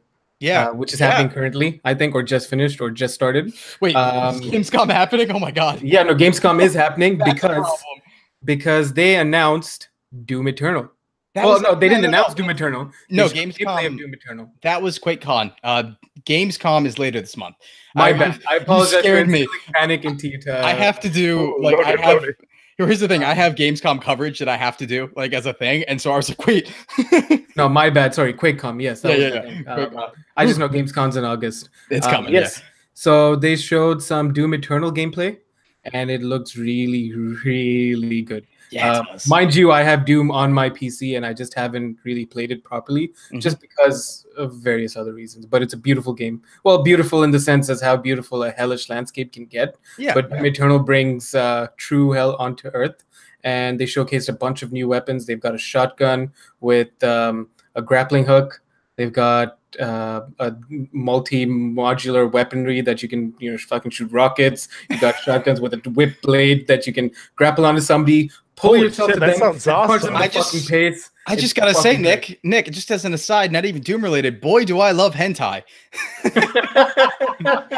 Oh man, let's talk about Artificial Academy 2. Oh my gosh, that's such a great game. We're in the night zone now. Yeah, welcome to, you call it the night zone, nightclub, whatever you want. We are now into not safe for work, as you probably should have realized, but don't worry, things are gonna get kind of crazy here. So back to it. Doom Eternal looks fucking lit. Oh, we're going memes now. We're going slang. You're going lit. You know, it's not even the F-bomb that freaks me out. It's But no, lit, that's dude. That's what, yeah, I figured that would be a good segue into like the nightclub talking about Doom, and then just randomly, you know, casually dropping an F-bomb. So we have no, I was gonna say freaking, we have no freaking idea when you know, the hour's gonna hit, because sometimes conversations can get long in some tooth. But in this case, it looks like we're gonna start the news right into the nightclub. So we got 2 news topics on this beautiful shit show. You're gonna have 3 if you didn't put on the Emu Paradise thing, just so you know. It's okay. We have 3 news articles with Cam hosting the 3rd one. The first one is going to be, and this is a term that was coined by Brad Shoemaker, a giant bomb. I just really like the term cryptojacking. A cryptojacking game, a game that hijacks your computer while, you know, trying to pretend it's just a game, and then uses your machine, you know, the processing power to mine for cryptocurrency. Yay! And you know, the idea is bewildering, but you know, it's totally feasible. And sure as shit, that is something that happens. And it happened. Yeah. It happened recently with this cool game called well, cool is a loose term. I'm just cool with the concept of how horrible it is. Abstractism. It's a very simple game. I believe it's a platformer type. And people have started noticing as they play it, because they pay for this game for something. It's not a free game. Then all of a sudden their computers started overheating and started cooking for this very simple Flash game. It's like, what's going on? What's this mining process running right now? I know, right? All of my CPU and GPU. And so people are, you know, they ask the developers, like, why is my computer running so hard for the simple game? And it's like, LOL. It's just, it has heavy shaders. The graphics designs are just so heavy. We're doing 400 times anti-scope for all this stuff, and the parallax is crazy on the set. It's a 4K 8-bit Flash game side scroller with leveling. Yeah. I remember one of the best ones I saw where they were like, "Hey, what is this program you're asking me to install?" And he's like, "Oh, don't worry, we need that to connect to Steam." Exactly that. There's another thing that before we get even deeper into this, there is an item that you can buy with and this isn't actually in the game itself, but through the Steam store, where it's like this $100 valued hat that you can buy for only, like, let's say $20-30. And so you're like, oh crap, if it's only $20-30, I'm gonna buy it. And all of a sudden it turns out it's not for Team Fortress, but it's for Abstractism. So you bought a hat that doesn't even have any effect or exist in this game, thinking it was the $100 hat for Fortress. We're not paying attention that the game it goes to, and all of a sudden you got ripped off. And maybe then you realize that a $100 hat in Team Fortress is completely useless, and that these all hold no value whatsoever, and you shouldn't buy them. So the whole coming to Christ moment, I guess, as Cam would describe it. Yeah. The most popular person that noticed that things were going on was Sid Alpha. Now, Sid Alpha is actually well known for being a person that breaks down and finds suspicious activity in games. Obviously, a lot in Steam. But he noticed that something was afoot. People are starting to talk about it with the Team Fortress issue. And he looked into it. He noticed that, you know, his computer started overheating like crazy. Started looking into the processes behind his game, because he was able to, you know, dig into the stuff. Or she. Yeah. What do I know? You know, Sid could be. No. Sure. Anyways, finds out that there is actually a mining process going on. And funny enough, then he starts looking at, you know, people complaining, saying, hey, there's something going on here. Why is my computer overrunning? He's like, oh, LOL, the graphics are so intense with a simple game.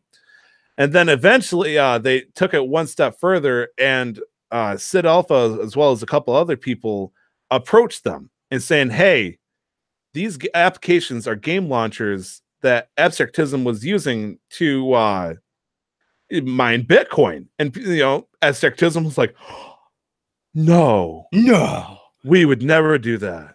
And to their point that they said very specifically is, Bitcoin is outdated. We use Abstractism to mine only Monero coins. Yeah, I was gonna say, we don't mine Bitcoin, we mine Monero. Oh, wait.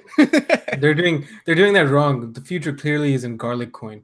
No, it's in Ethereum. The Wario coins. Okay, so go ahead. No, I'm just thinking, would it be different if people knew that this was happening? Like if people knew that they were being used, and if they got a tiny bit of the profit, like the share of it? It would definitely be used. Cryptocurrency mining pool. Like, I would say people do this all the time, but Yeah. not like tricking other people typically, unless I've you're done this. And it's like heck, there was a time where for the PS3, there was a thing where you could use the PS3's processing power to send it to major research facilities where you could do research. I believe it was against cancer. Yep. And so this is not unheard of. But I want to point out that in the same message that they said that they weren't, they were being accused of doing data mining, essentially. That we don't use Bitcoin, we use Monero coins. Right. Actually. It's like they tricked themselves. They were like, "What are you talking about? We don't mine Bitcoin. We mine Monero on your computer." But then they immediately say Abstractism does not mine any of the cryptocurrency. Probably you're playing on a high graphics setting because they take a bit of CPU and GPU power required for post-processing effects rendering. It's like you just admitted the terrible thing that's going on, but then you immediately cover it up. My first thought is like, okay, English might not be the first language here, but they also might be tricky. They must also be. So what they said was Abstractism's not mining, but what if the launchers are and Abstractism isn't? The game itself might not be the mining program. It might be the launchers they're using that they made people download or whatever. And so this got such a fireworks show coming on from Sid Alpha that Valve immediately noticed, realized that they're doing a scam where they're tricking people to buy expensive hats that have no existence. They stole the model of it from Team Fortress. I was going to say, a scam Valve itself is very a big fan of. And they found out, they're trolling. They're using unauthorized code to use data mining to get Monero coin, because heaven forbid I say Bitcoin. Yeah.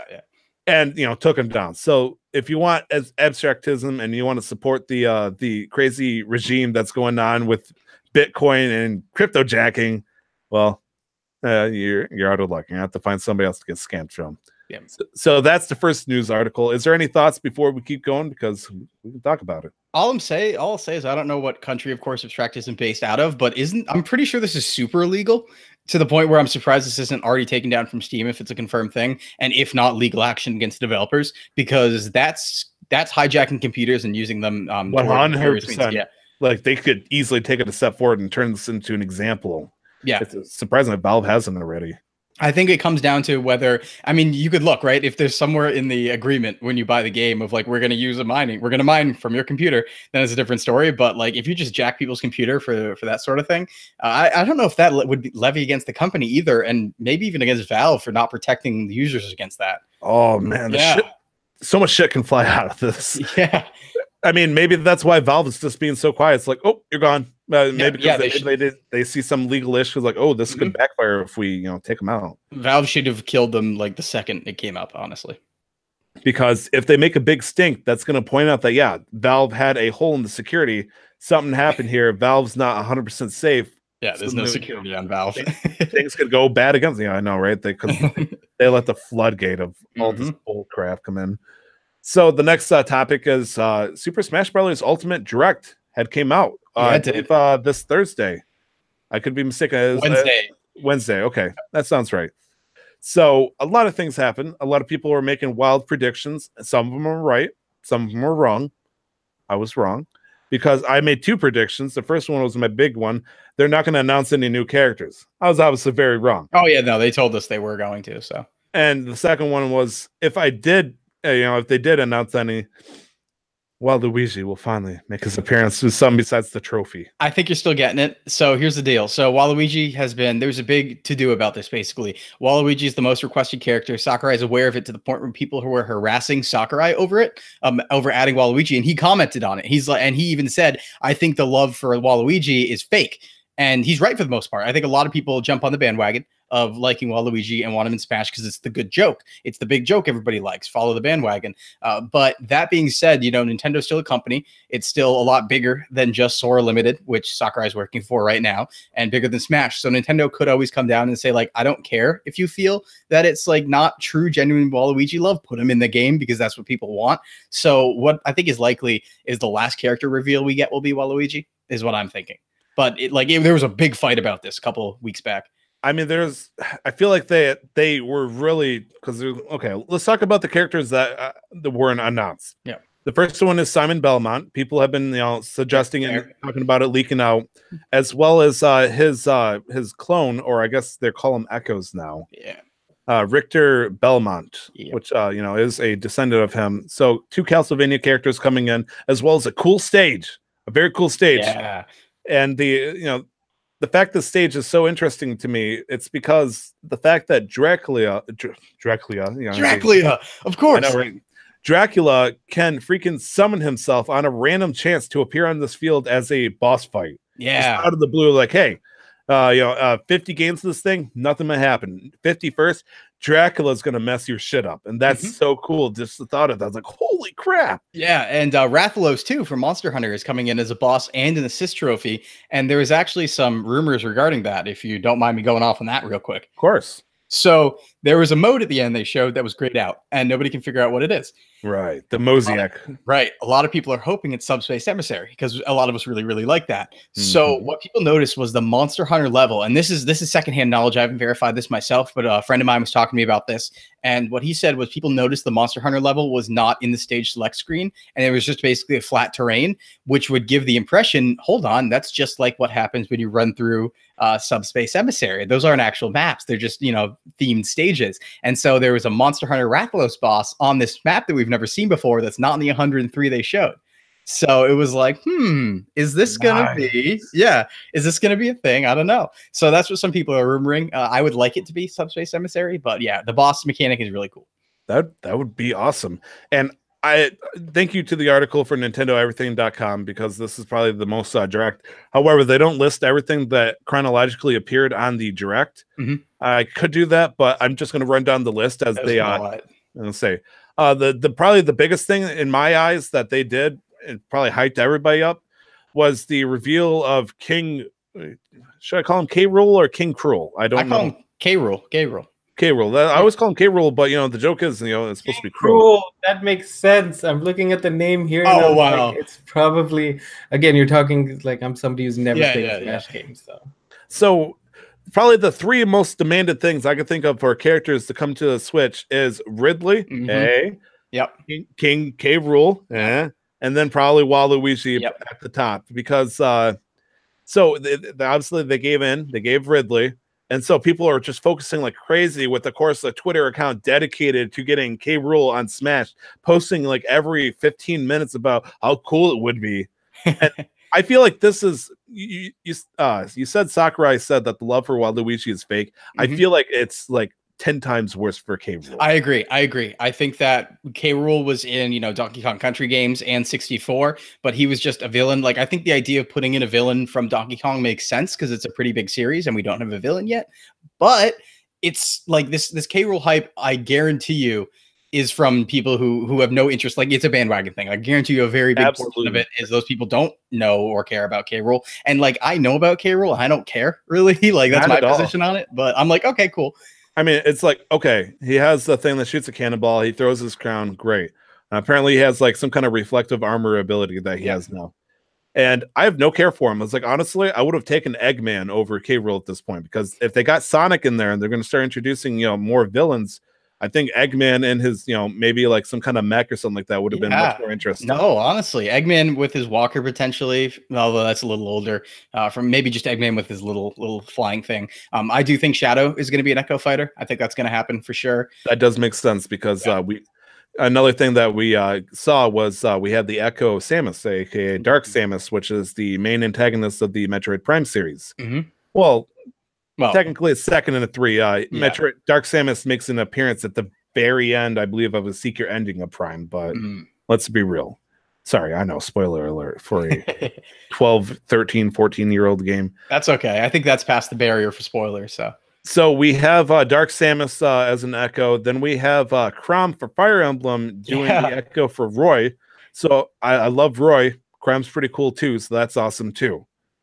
So does everybody know what Echoes are in this group here? Yeah, definitely. So just to explain, Echoes are basically they're alternate skins, but also alternate voices and maybe even some changes to animations of characters that already exist. So rather than just a color of Peach being, a Daisy-like color, it's now actually just Daisy voiced with a slightly different animations, but they're not completely new characters. But they have the same or almost the same type attack styles and everything. So they got the same moves and all that.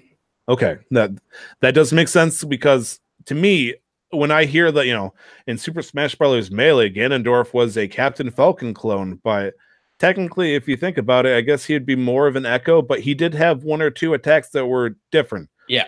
He had the charge grapple attack that he could grab somebody, which was different from Captain Falcon because he would just punch him and knock him up. He wouldn't grapple him. And funny enough, if you look at Richter and Simon, the Belmonts, so they were definitely developed, or at least had the idea around the same time, because the move set that Simon has as the primary also includes some of Richter's moves from the games that Simon doesn't have. Right, so they were developed with the idea in mind of like, okay, yeah, we're making both of these and just one of them is going to be the Echo Fighter. But they even said in direct, Sakurai said, like, I'm not sure. The translator said, who's really the Echo Fighter? I'm not sure. But yeah. Oh, that's crazy. See, we got a few stages. As I mentioned, they got the Dracula's Castle, which they did a good job with the animation, showing Luigi trying to pretend he's a Ghostbuster in there. This is Luigi's Mansion 3. Yeah. And then, immediately gets murdered. Yeah. Which brings up a good question. Is Luigi dead now? Is that canon? I don't think so. He's got reaped. They did this with Mario too, and I think it's just like them poking fun at the fact that they're just going to kill some of their characters, but not, of course, for canon. But I mean, I was going to say I don't know much. Like, this is not my thing, but I do remember seeing a still of Mario being killed as well. Yeah. Okay, because the point of the Grim Reaper was to showcase the Death Scythe. I don't remember what it's called specifically. An item that does I was about to say butt ton. A shit ton of damage to anybody that's high percentage. Ton. Yeah. A butt ton. A metric butt fuck ton. Okay, thank you. Great. There goes all oh boy. I'm sorry. We haven't gotten spicy in a minute, so I just wanted to bring that back. Yeah. So we got that. We also have New Donk City Hall, which is another interesting interactive thing where random people of the band will appear, where if you hit them or touch them, it'll slowly activate, kind of like collecting the 4 pieces of the supercharge attack that you could use in Brawl. And if you get all of them, it'll activate a band essentially, and all of a sudden you got like the new cool updated version of the song just going full force, and it's like, I could be into that. I'm a big fan of music. Like, all of a sudden you have a vocal track in Smash, so my day's made. So it's like you're playing New Donk City, and you're hearing like the trumpet and stuff, and all of a sudden you hit the saxophone, so you get saxophone going, and then finally you see oh gosh, what is the name of the girl? Pauline. Paulina. I think it might be just Pauline. I'm going to fight you on that. It might be. I mean, go look it up, but no, I say it's Pauline. Yeah. So you hit Pauline, all of a sudden vocals, and no, I was asking really, like, you could go look it up. I don't know. I just think it's Paulina. Let's see, Paulene.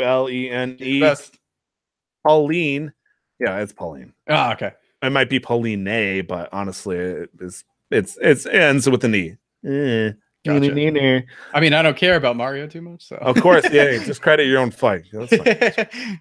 So they also wanted to point out that there's over 100 stages in the game, but it's actually going to be a total of more than 300, because there's going to be Omega versions and Battlefield versions of each stage. So you got the standard stage, and all of a sudden it's like after it gets terrorized by Omega Energy and all that stuff. So it's similar, but it's also going to look aesthetically different.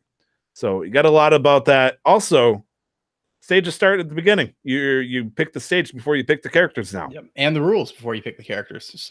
So now, instead of picking your favorite character and thinking that you'll do best in each situation, now you can tailor fit your character to whatever kind of atmosphere. Yep. Of course, no everybody picks Final Destination, so whatever. But for if you're actually going to try to have fun with the game, you got that now.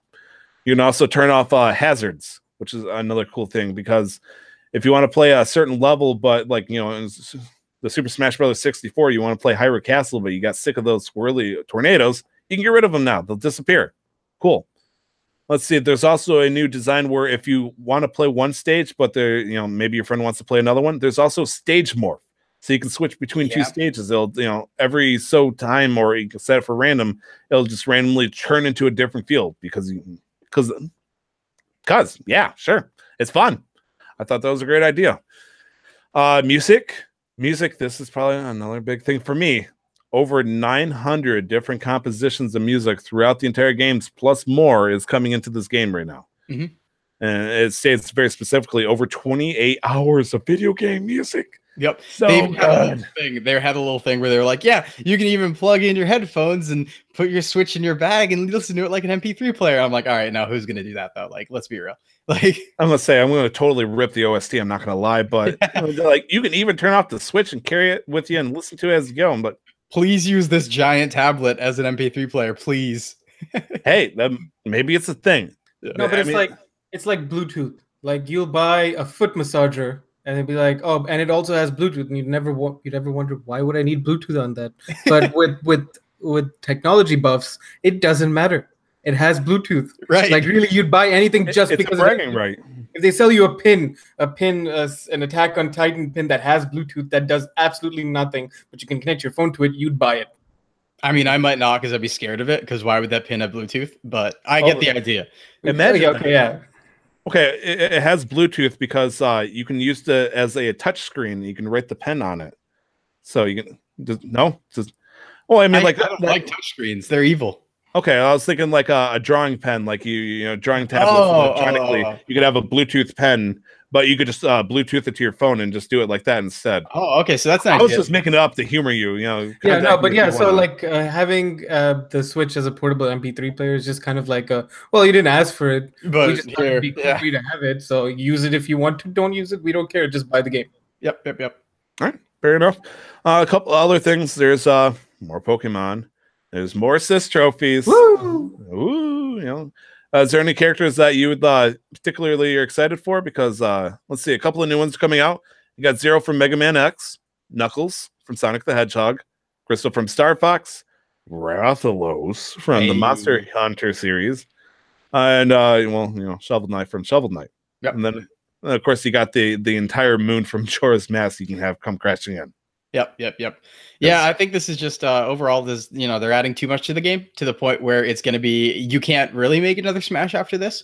And that's going to be a problem unless they power gap and then do a reboot or something like, honestly, what Marvel vs. Capcom did and what fighting games do often, which is like, okay, we actually put too much content, or not too much, but we finished this game and we now can't expand the roster anymore. We can't expand the stages or music anymore. So we have to wait until people forget about it and then start over again, pretty much, which might be what they have to do with this. I guess the big question is, if you want a game to be the ultimate experience, how do you plan that? Because you can either plan to where you want to have more content in the future, or you want to we got everything, we can do everything. Do we throttle ourselves to have the next game be something better, or do we make the best damn thing we can find right here and right now? And it seems like Sakurai might be actually saying, let's pull all the stops. We got to do everything right here and now. It's a really risky move for the future, but it means this game's going to be big. And it's something to consider, too, is just Sakurai's involvement with all of this, because he's been the director of Smash for quite a while. And every time he says it's his last Smash, he does not want to make another. But every time the fan demand makes him come back and make one. So this is also something you have to consider about the idea that Sakurai is getting older and he's directed a lot of Smash Bros. Games. This is the ultimate version. He might really be done after this. And this also might be an aspect of I'm the guy who makes Smash. Smash is going to be done. Smash is done for a while, where this is all we can do. This is the maximum, because when you go to a different engine on another console for example, you could build off this if the next console was, Switch in strength or something like that. Sure. You could always build off of it and add more and do an ultimate version of the ultimate version, but you can't take all of this easily and translate it into a new engine is my point. So you have to redo everything.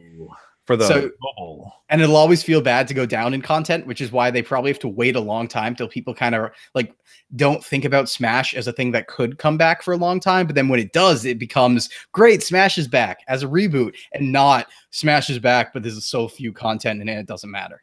And it could also turn into a service game with regular, smaller DLCs that they could add. But I also see it as a way to this big, huge Smash game that everybody's been asking for that also nobody really wanted, but also as a way to move more people over into the Switch, right? As much as they're still putting out things for the 3DS and still pushing, trying to keep it alive for a little bit longer, I think they're still trying to get as many people over to the Switch as they can. Definitely, yeah. And I think the 3DS thing is finally starting to die because they finally reported that they stagnated on it. So finally.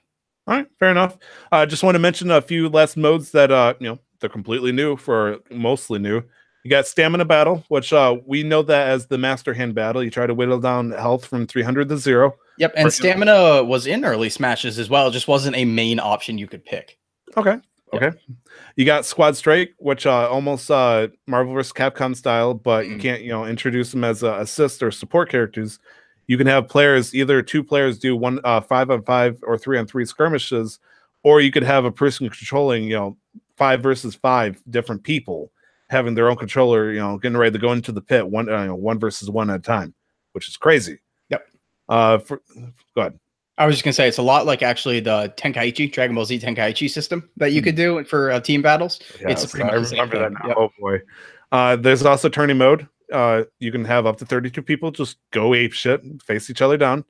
The one I like the most, and the last one mentioned here, is Smashdown.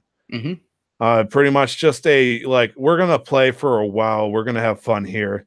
Pretty much you can pick 1v1, but then that character disappears from the thing, and you just keep playing and play each character until there's nothing left, and whoever won the most wins. And I thought that was cool.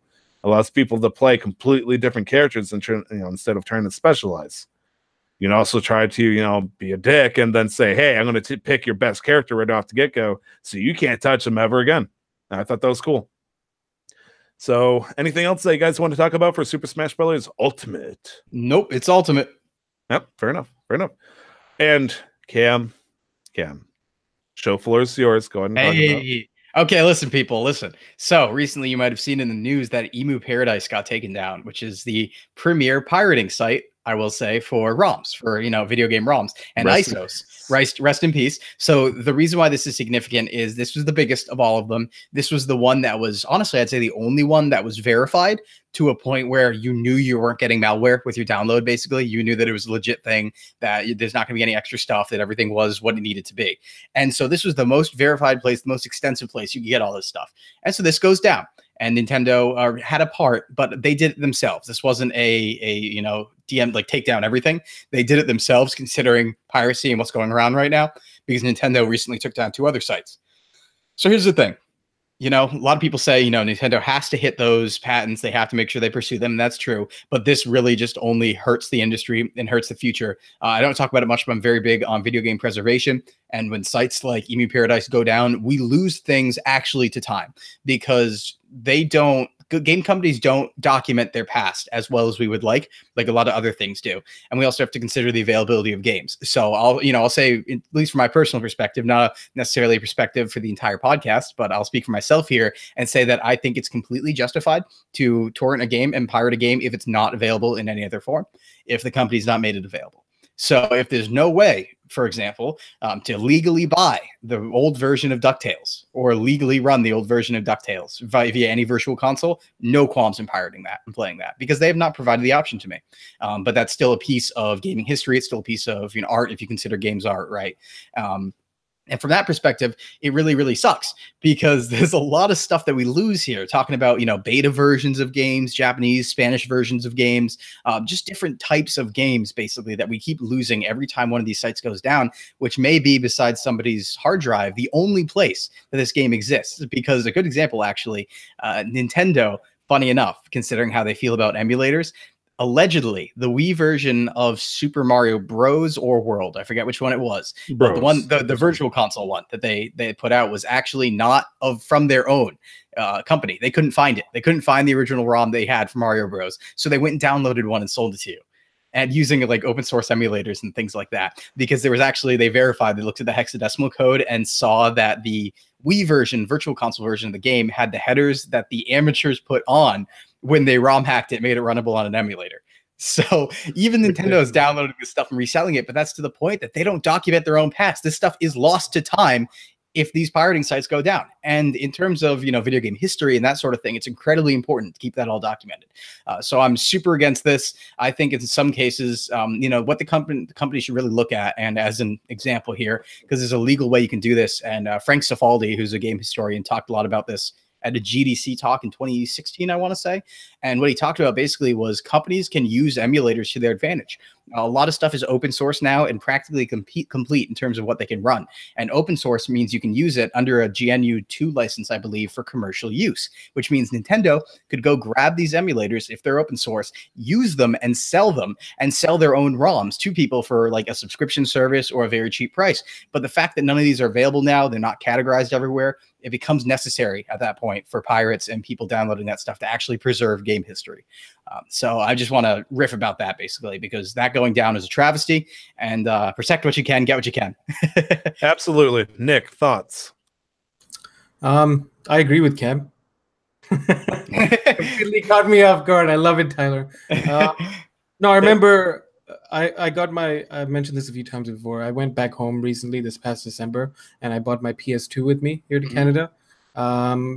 And some of the earliest games, the first game I ever played was Crash Bandicoot 2. Yep. Right? We debated very much on the name of this game, and I think it's still Right. We debated on this. Or something, whatever it is. And then the next game I remember playing was Mega Man Legends 2. And for some reason, about 8 months ago, I felt a deep need to like play that game again and to go through that game again. And the only way I could do that was through an emulator, because there's no way you'd be able to get it now, right? Sure, they could charge you some money. Same thing with the NES Classic that they re-released and they put out for production again. If Nintendo, as Cam said, were smart about it, instead of taking down the site or ordering DMCAs, been like, all right, I'm going to buy the Nintendo section of your site. Yeah, like, no, not work even with us. Yeah, by the people, like work with us, and then we'll put this game out. Well, I'm thinking about like, well, it's not, they're just not limited to Nintendo games, right? They've got all sorts of Capcom games, right? So let's say they just buy the Nintendo section of their site, work with us, we'll put it up, we'll make an official site, we'll make it look nice and pretty. You just keep doing what you do, and we'll give you a little bit of money. Right? And that little bit of money would be more than enough for the people running it right now, anyways, right? So. I was even under the impression, like, my opinion, honestly, is that the people who make the emulators, the people who categorize this stuff, the game companies should go and hire them as a team, honestly. They should hire them as a team to set up a subscription-like service for them. I think that individual downloads, unless they're like 99 cents each, will be tough, because there's so many games that people don't care about too much, but are still historically important to have. So it'd be good to have a subscription service, because we have to consider that the virtual consoles, right? Like Wii Virtual Console, Wii U, whatever,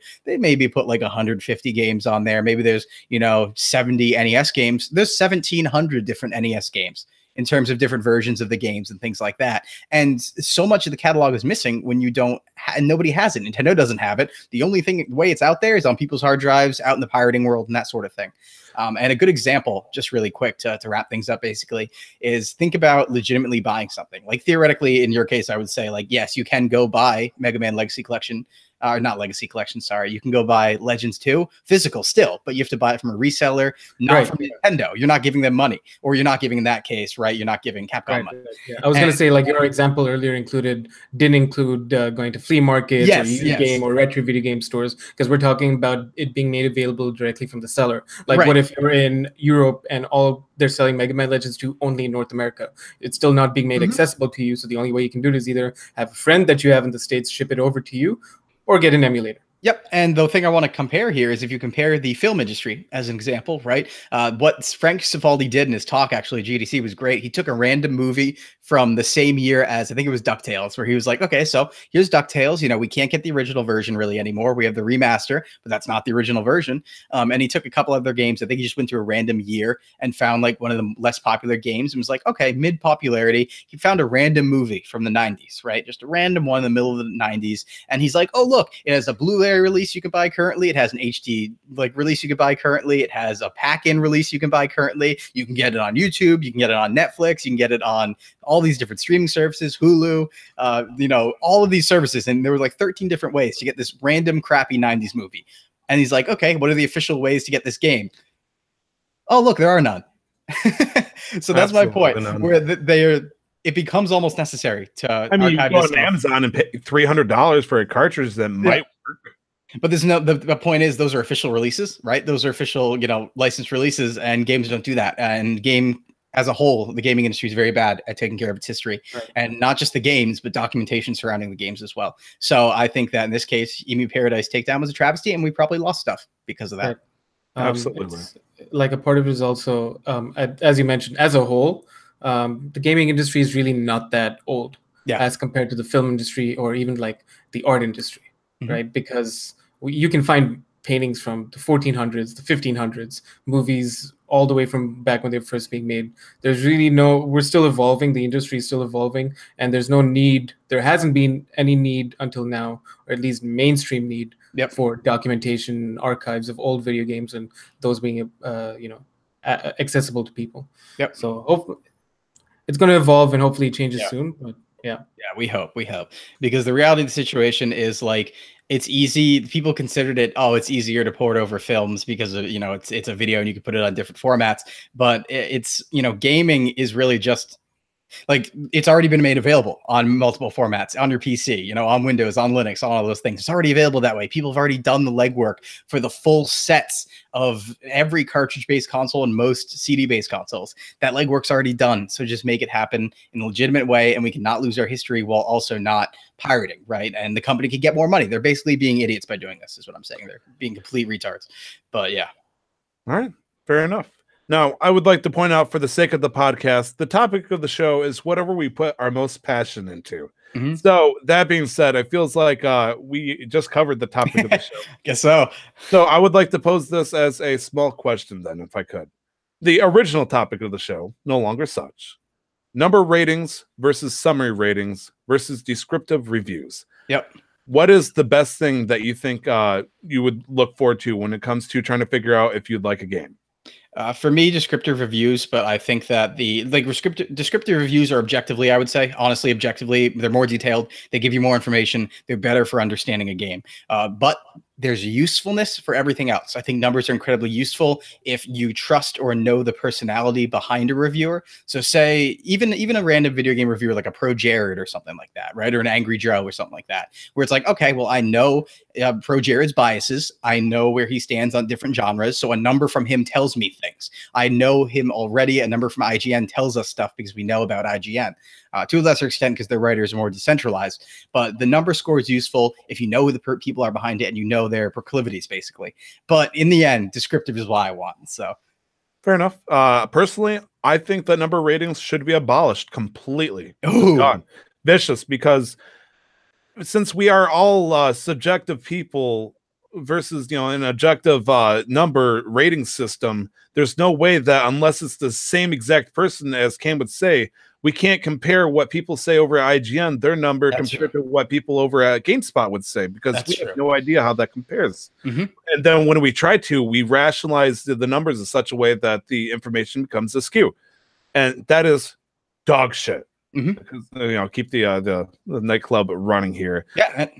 Now, personally, I believe that a descriptive review is best for people who want to, really get into it. I don't know much about this game, but I trust your words. Please give me the time to do this, with a summary rating at the end. To tell me the great dirty details about this game, and then at the end, just give me a quick rundown. Maybe I didn't want to read everything. Tell me what you liked about this game, what isn't so good, and the final word. Do you recommend buying it? That's absolutely what I need. Number ratings can kiss my butt. And that's the thing, like you said, what we talked about is you can't compare an 8 from one company to an 8 to another, and sometimes even 8s within the same company. I think I don't watch videos screwed over because they make each person look at a chart, say, hey, you need to understand what an 8 means in this company, and some people still can't do it. So there was a video I actually saw on this, and I think it was Dunkey. I don't watch many of his videos, but I saw this. It was critiquing the review process, and what he was saying was IGN has at any given time they feature 30 different writers, right? So if you get a answer from IGN, you don't know necessarily who that answer is coming from unless you follow the different authors. And the point he made was he showed footage about Sonic 4. The game that came out, and IGN in so many different places was saying different things about the games. People representing IGN on screen would said Sonic was always terrible. The review said Sonic was great.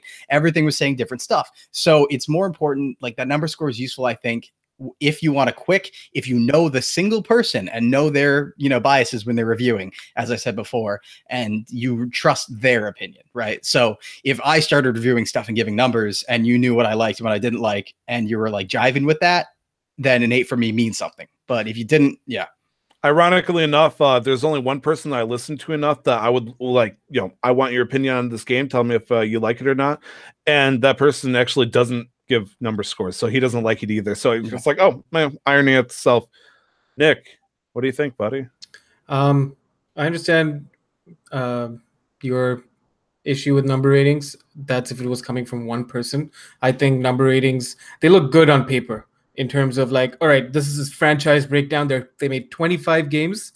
These are what they all scored typically as the years have gone by. So you can sort of see a trend where they've risen, where they've fallen, what's done well, what hasn't.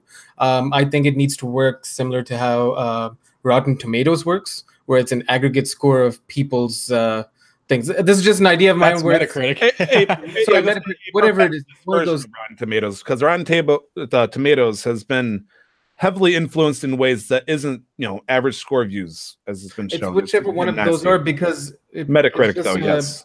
General, like I feel like number ratings would be good as like a general public perception or whatever the public is from general people who play in an industry. So let's say you have 5 different companies that do all these reviews. You've got IGN 1, 2, 3, 4, and 5. And then you have maybe 40 people in their critique team who review a game, and each 40 of them, so that's 40 times 5, that's 200 people. So now you have an aggregate score of over 200 people. So just as a quick flash, all right, this is what 200 people thought of this game.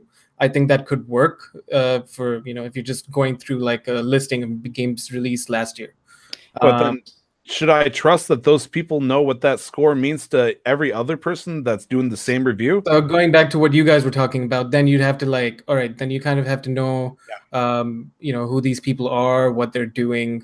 So that's the issue with it. So I'm not saying it's perfect, but that would probably make a little bit more sense, because then it seems a little bit more democratic, if I can say. Like, of course, I don't mean to play you on the defensive, because no, I know why people like numbers. I think, number scores are incredibly useful for what I do, but not from the perspective of should I buy a game, because I evaluate that myself with description. But in regards to gauging the industry from a podcast perspective, from a coverage perspective, that's incredibly important, because I can look at a game and say, okay, here's the general consensus of this game that the industry feels, and they might not be right, but that's their consensus. Yeah, and so exactly I use number scores quite often. You'll hear, if you listen to Into the Video Game, you'll hear us often saying it was a Metacritic blank about the game, seeing what the general perception was.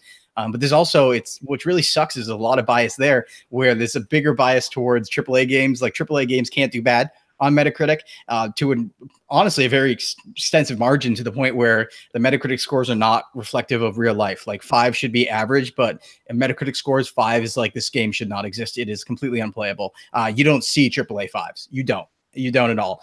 Even Mass Effect Andromeda, I think, was 70 something on Metacritic, whereas Japanese games, that I would say there's a little bit of a bias against Japanese games, or maybe for Western games, where people don't take the time to understand them a lot of the times. Like famously, there was a old Persona 3 interview that just did not understand Persona one fucking bit, and they got everything wrong, and they gave it a shitty score. And it's just a lot of that, where you look at a game like Andromeda getting a 70 something, and then you'll see a much more competently made game, and from a design perspective, something that does not break, has lower score than Andromeda. And it's like, yeah, come on. So I was gonna say, like, it's like movie ratings as well, like IMDb or whatever. It's kind of like, I'll Google a movie that came out, and if I want to go see it, I'll look at the ratings. If it's a completely new movie, if it's not connected to any franchise before, and be like, okay, maybe, because I've been in plenty of movies where the IMDb is like 2. Yeah.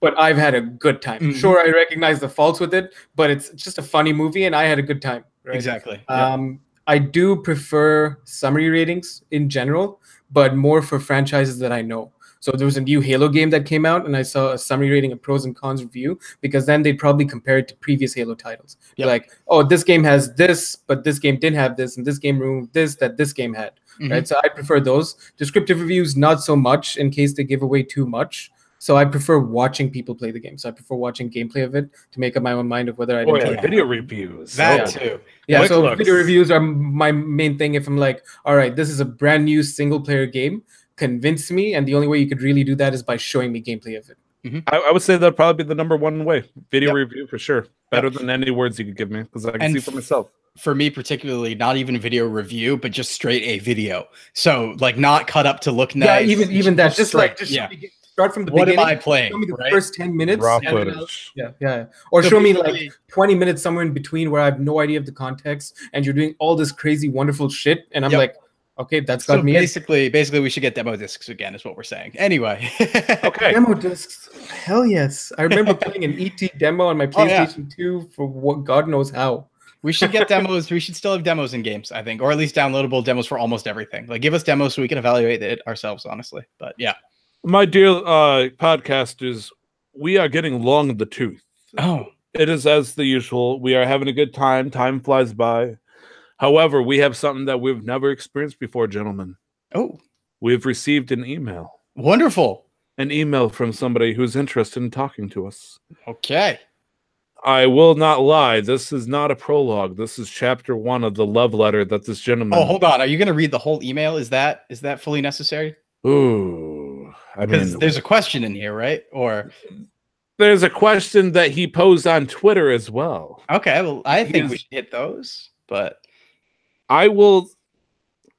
Okay. I'll tell you what. Out of generally, I respect to think him, what's good is a summary of what he's talking about. Then we hit us with the questions because I saw that email too, and Okay. it's very long. So all right. I will summarize it as best as I can then. This is from Papa Los. His name is Carlos, but he likes Los. I'm gonna out him, but that's okay. what's up, Los? What's up, my Los? Dearest Casual Master Questers, you gave 2 email addresses on episode 13. What? I figured to just write the both. I always get excited when I hear somebody says we never get emails. It's like a challenge. Good, because that's the point. I was trying to challenge somebody, and you did it. You completed the challenge. Good job. Congratulations. Like you said, it's personal, like writing a letter. No one really does that anymore, right? No one. Okay, like the IRS and your grandma. But no one tells you she just signed up, or only they tell you she just signed up to this thing called Facebook. And then he proceeds to talk in length about each of the games that we love the most. He starts off with Nick, of course, showing that he loves and adores Destiny so much. He stopped for a while. He gives it appreciate it. No Man's Sky, on the other hand, he has apparently been playing a lot, and he's really appreciating its majestic comeback. He apparently also hasn't played the PS4 and Xbox for a long time, but No Man's Sky brought him back, so that's good. Pokemon Go, he would like to give a shout out to, alongside with Pokemon Sun and Moon. I'm going to read this out specifically for Cam. I don't have my props with me, unfortunately, but I am new to Pokemon, with Sun and Moon being my first time playing the series. And apparently this triggered Cam. it did. It triggered me to the point where I was like, I heard that and I went blank. Like I read that line, I went blank, and I was like, no, sit down. I have 30 games you need to play.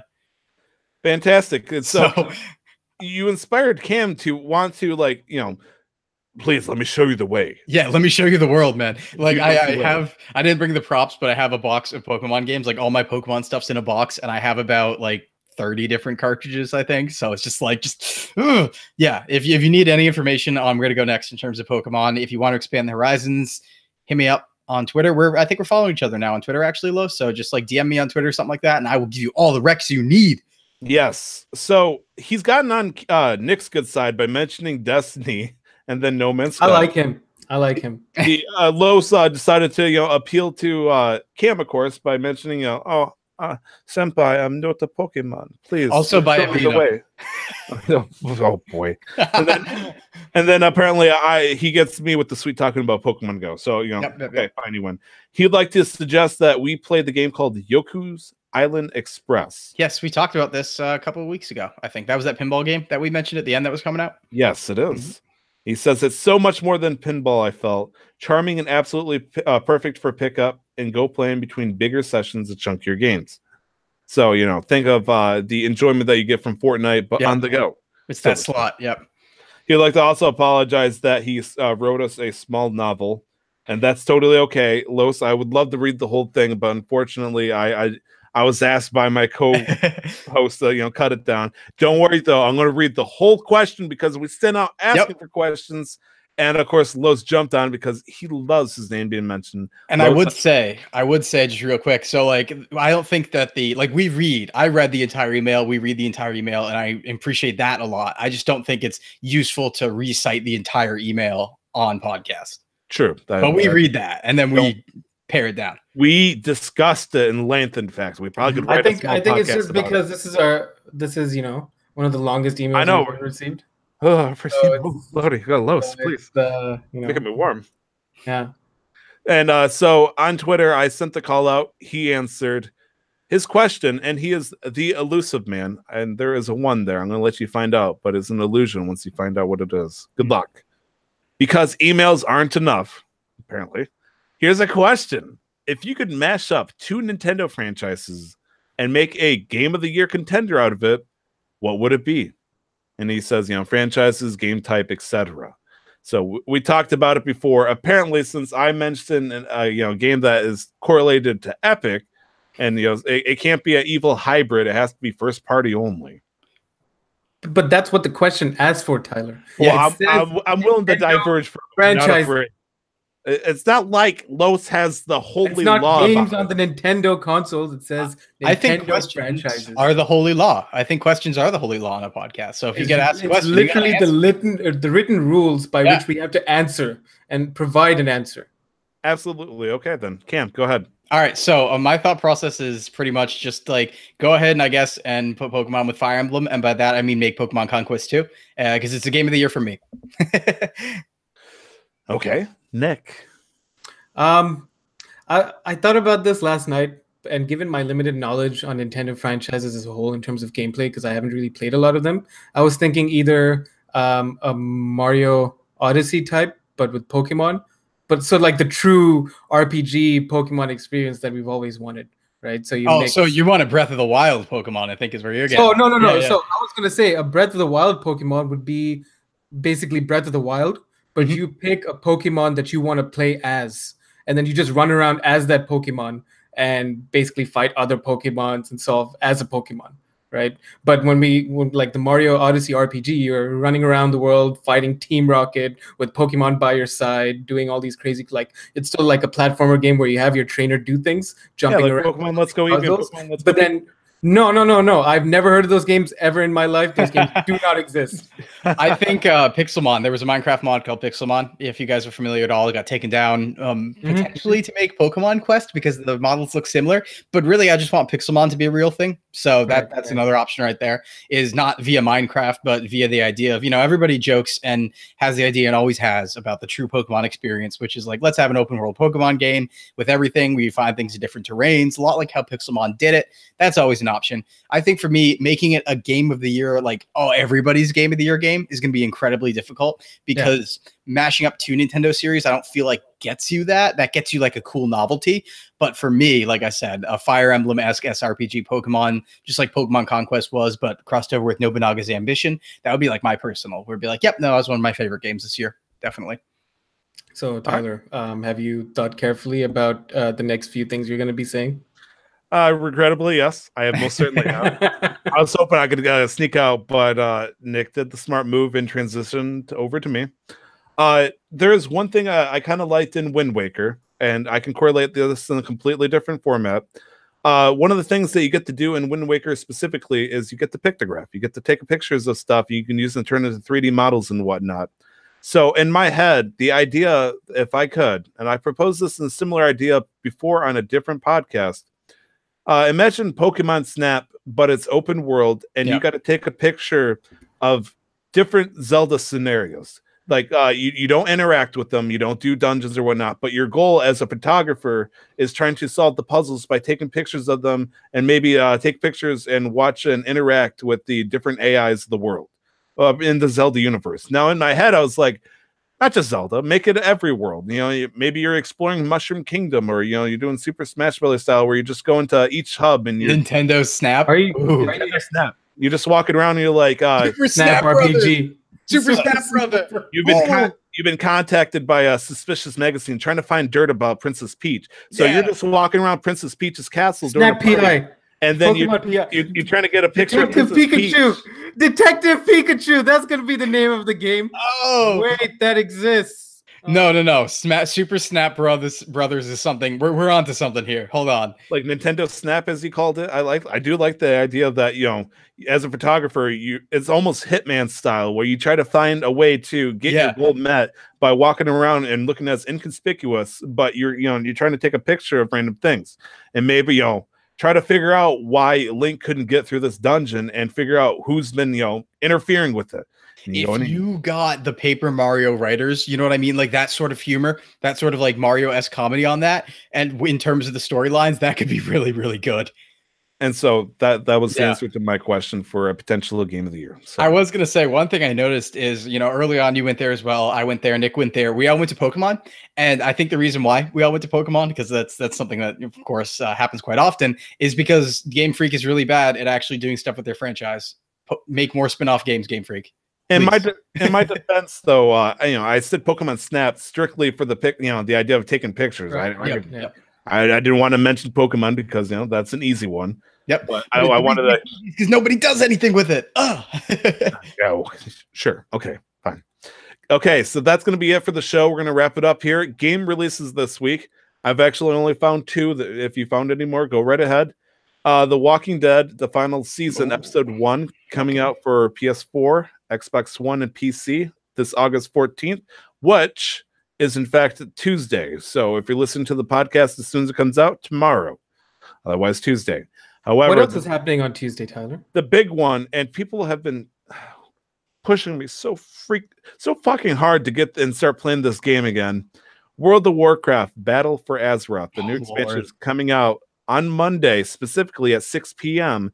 And then, it'll be officially ready for everybody on Tuesday, which is, August 14th. However, I've been talked to so much about it. I get to talk to the same people over and over again. They've been playing World of Warcraft passionately. They're like, please, you should try this game. You're gonna be able to enjoy it. There's so much new stuff you can do. And it's like, if I do that, I got to give up everything else. Everything. Like this is the Destiny 2 plus some. I'm just like, Destiny 2, I feel like you can walk away and play like a different shooter or something like that. I'm not going to go and play a different MMO if I play World of Warcraft. That is going to be it. Mm-hmm. Funnily enough, you having said that, it's not about me playing a different shooter specifically. It's like I can't play a different shooter. There's nothing that feels like Destiny 2, but there's nothing for me to do. Well, there was nothing for me to do. But you play Overwatch and then Fortnite. Yeah, but like in smaller doses as compared to Destiny. Well, I mean, just me. Like, I don't think I could play Persona or anything like that. No, but I understand what you mean. Yeah. I guess I get. Like, that is the ultimate. Like, I got to keep playing if I want to progress. Otherwise, like, I'm wasting time. I'm wasting money. Yeah, in the full swing of things, I don't touch anything else usually. Yeah. But it's in my thoughts. If one of you decided to say, "Hey, we should try this together." Both of you shaking hands vigorously. No. I love how I immediately went from like, I'm the victim here, please stop scaring me. Also, I was like, devil form. But if you wanna do this, we go into the hole together. God no. I mean, like I would like to, but God no. I would not even like to. It's funny because the guy is like, just play it for a week.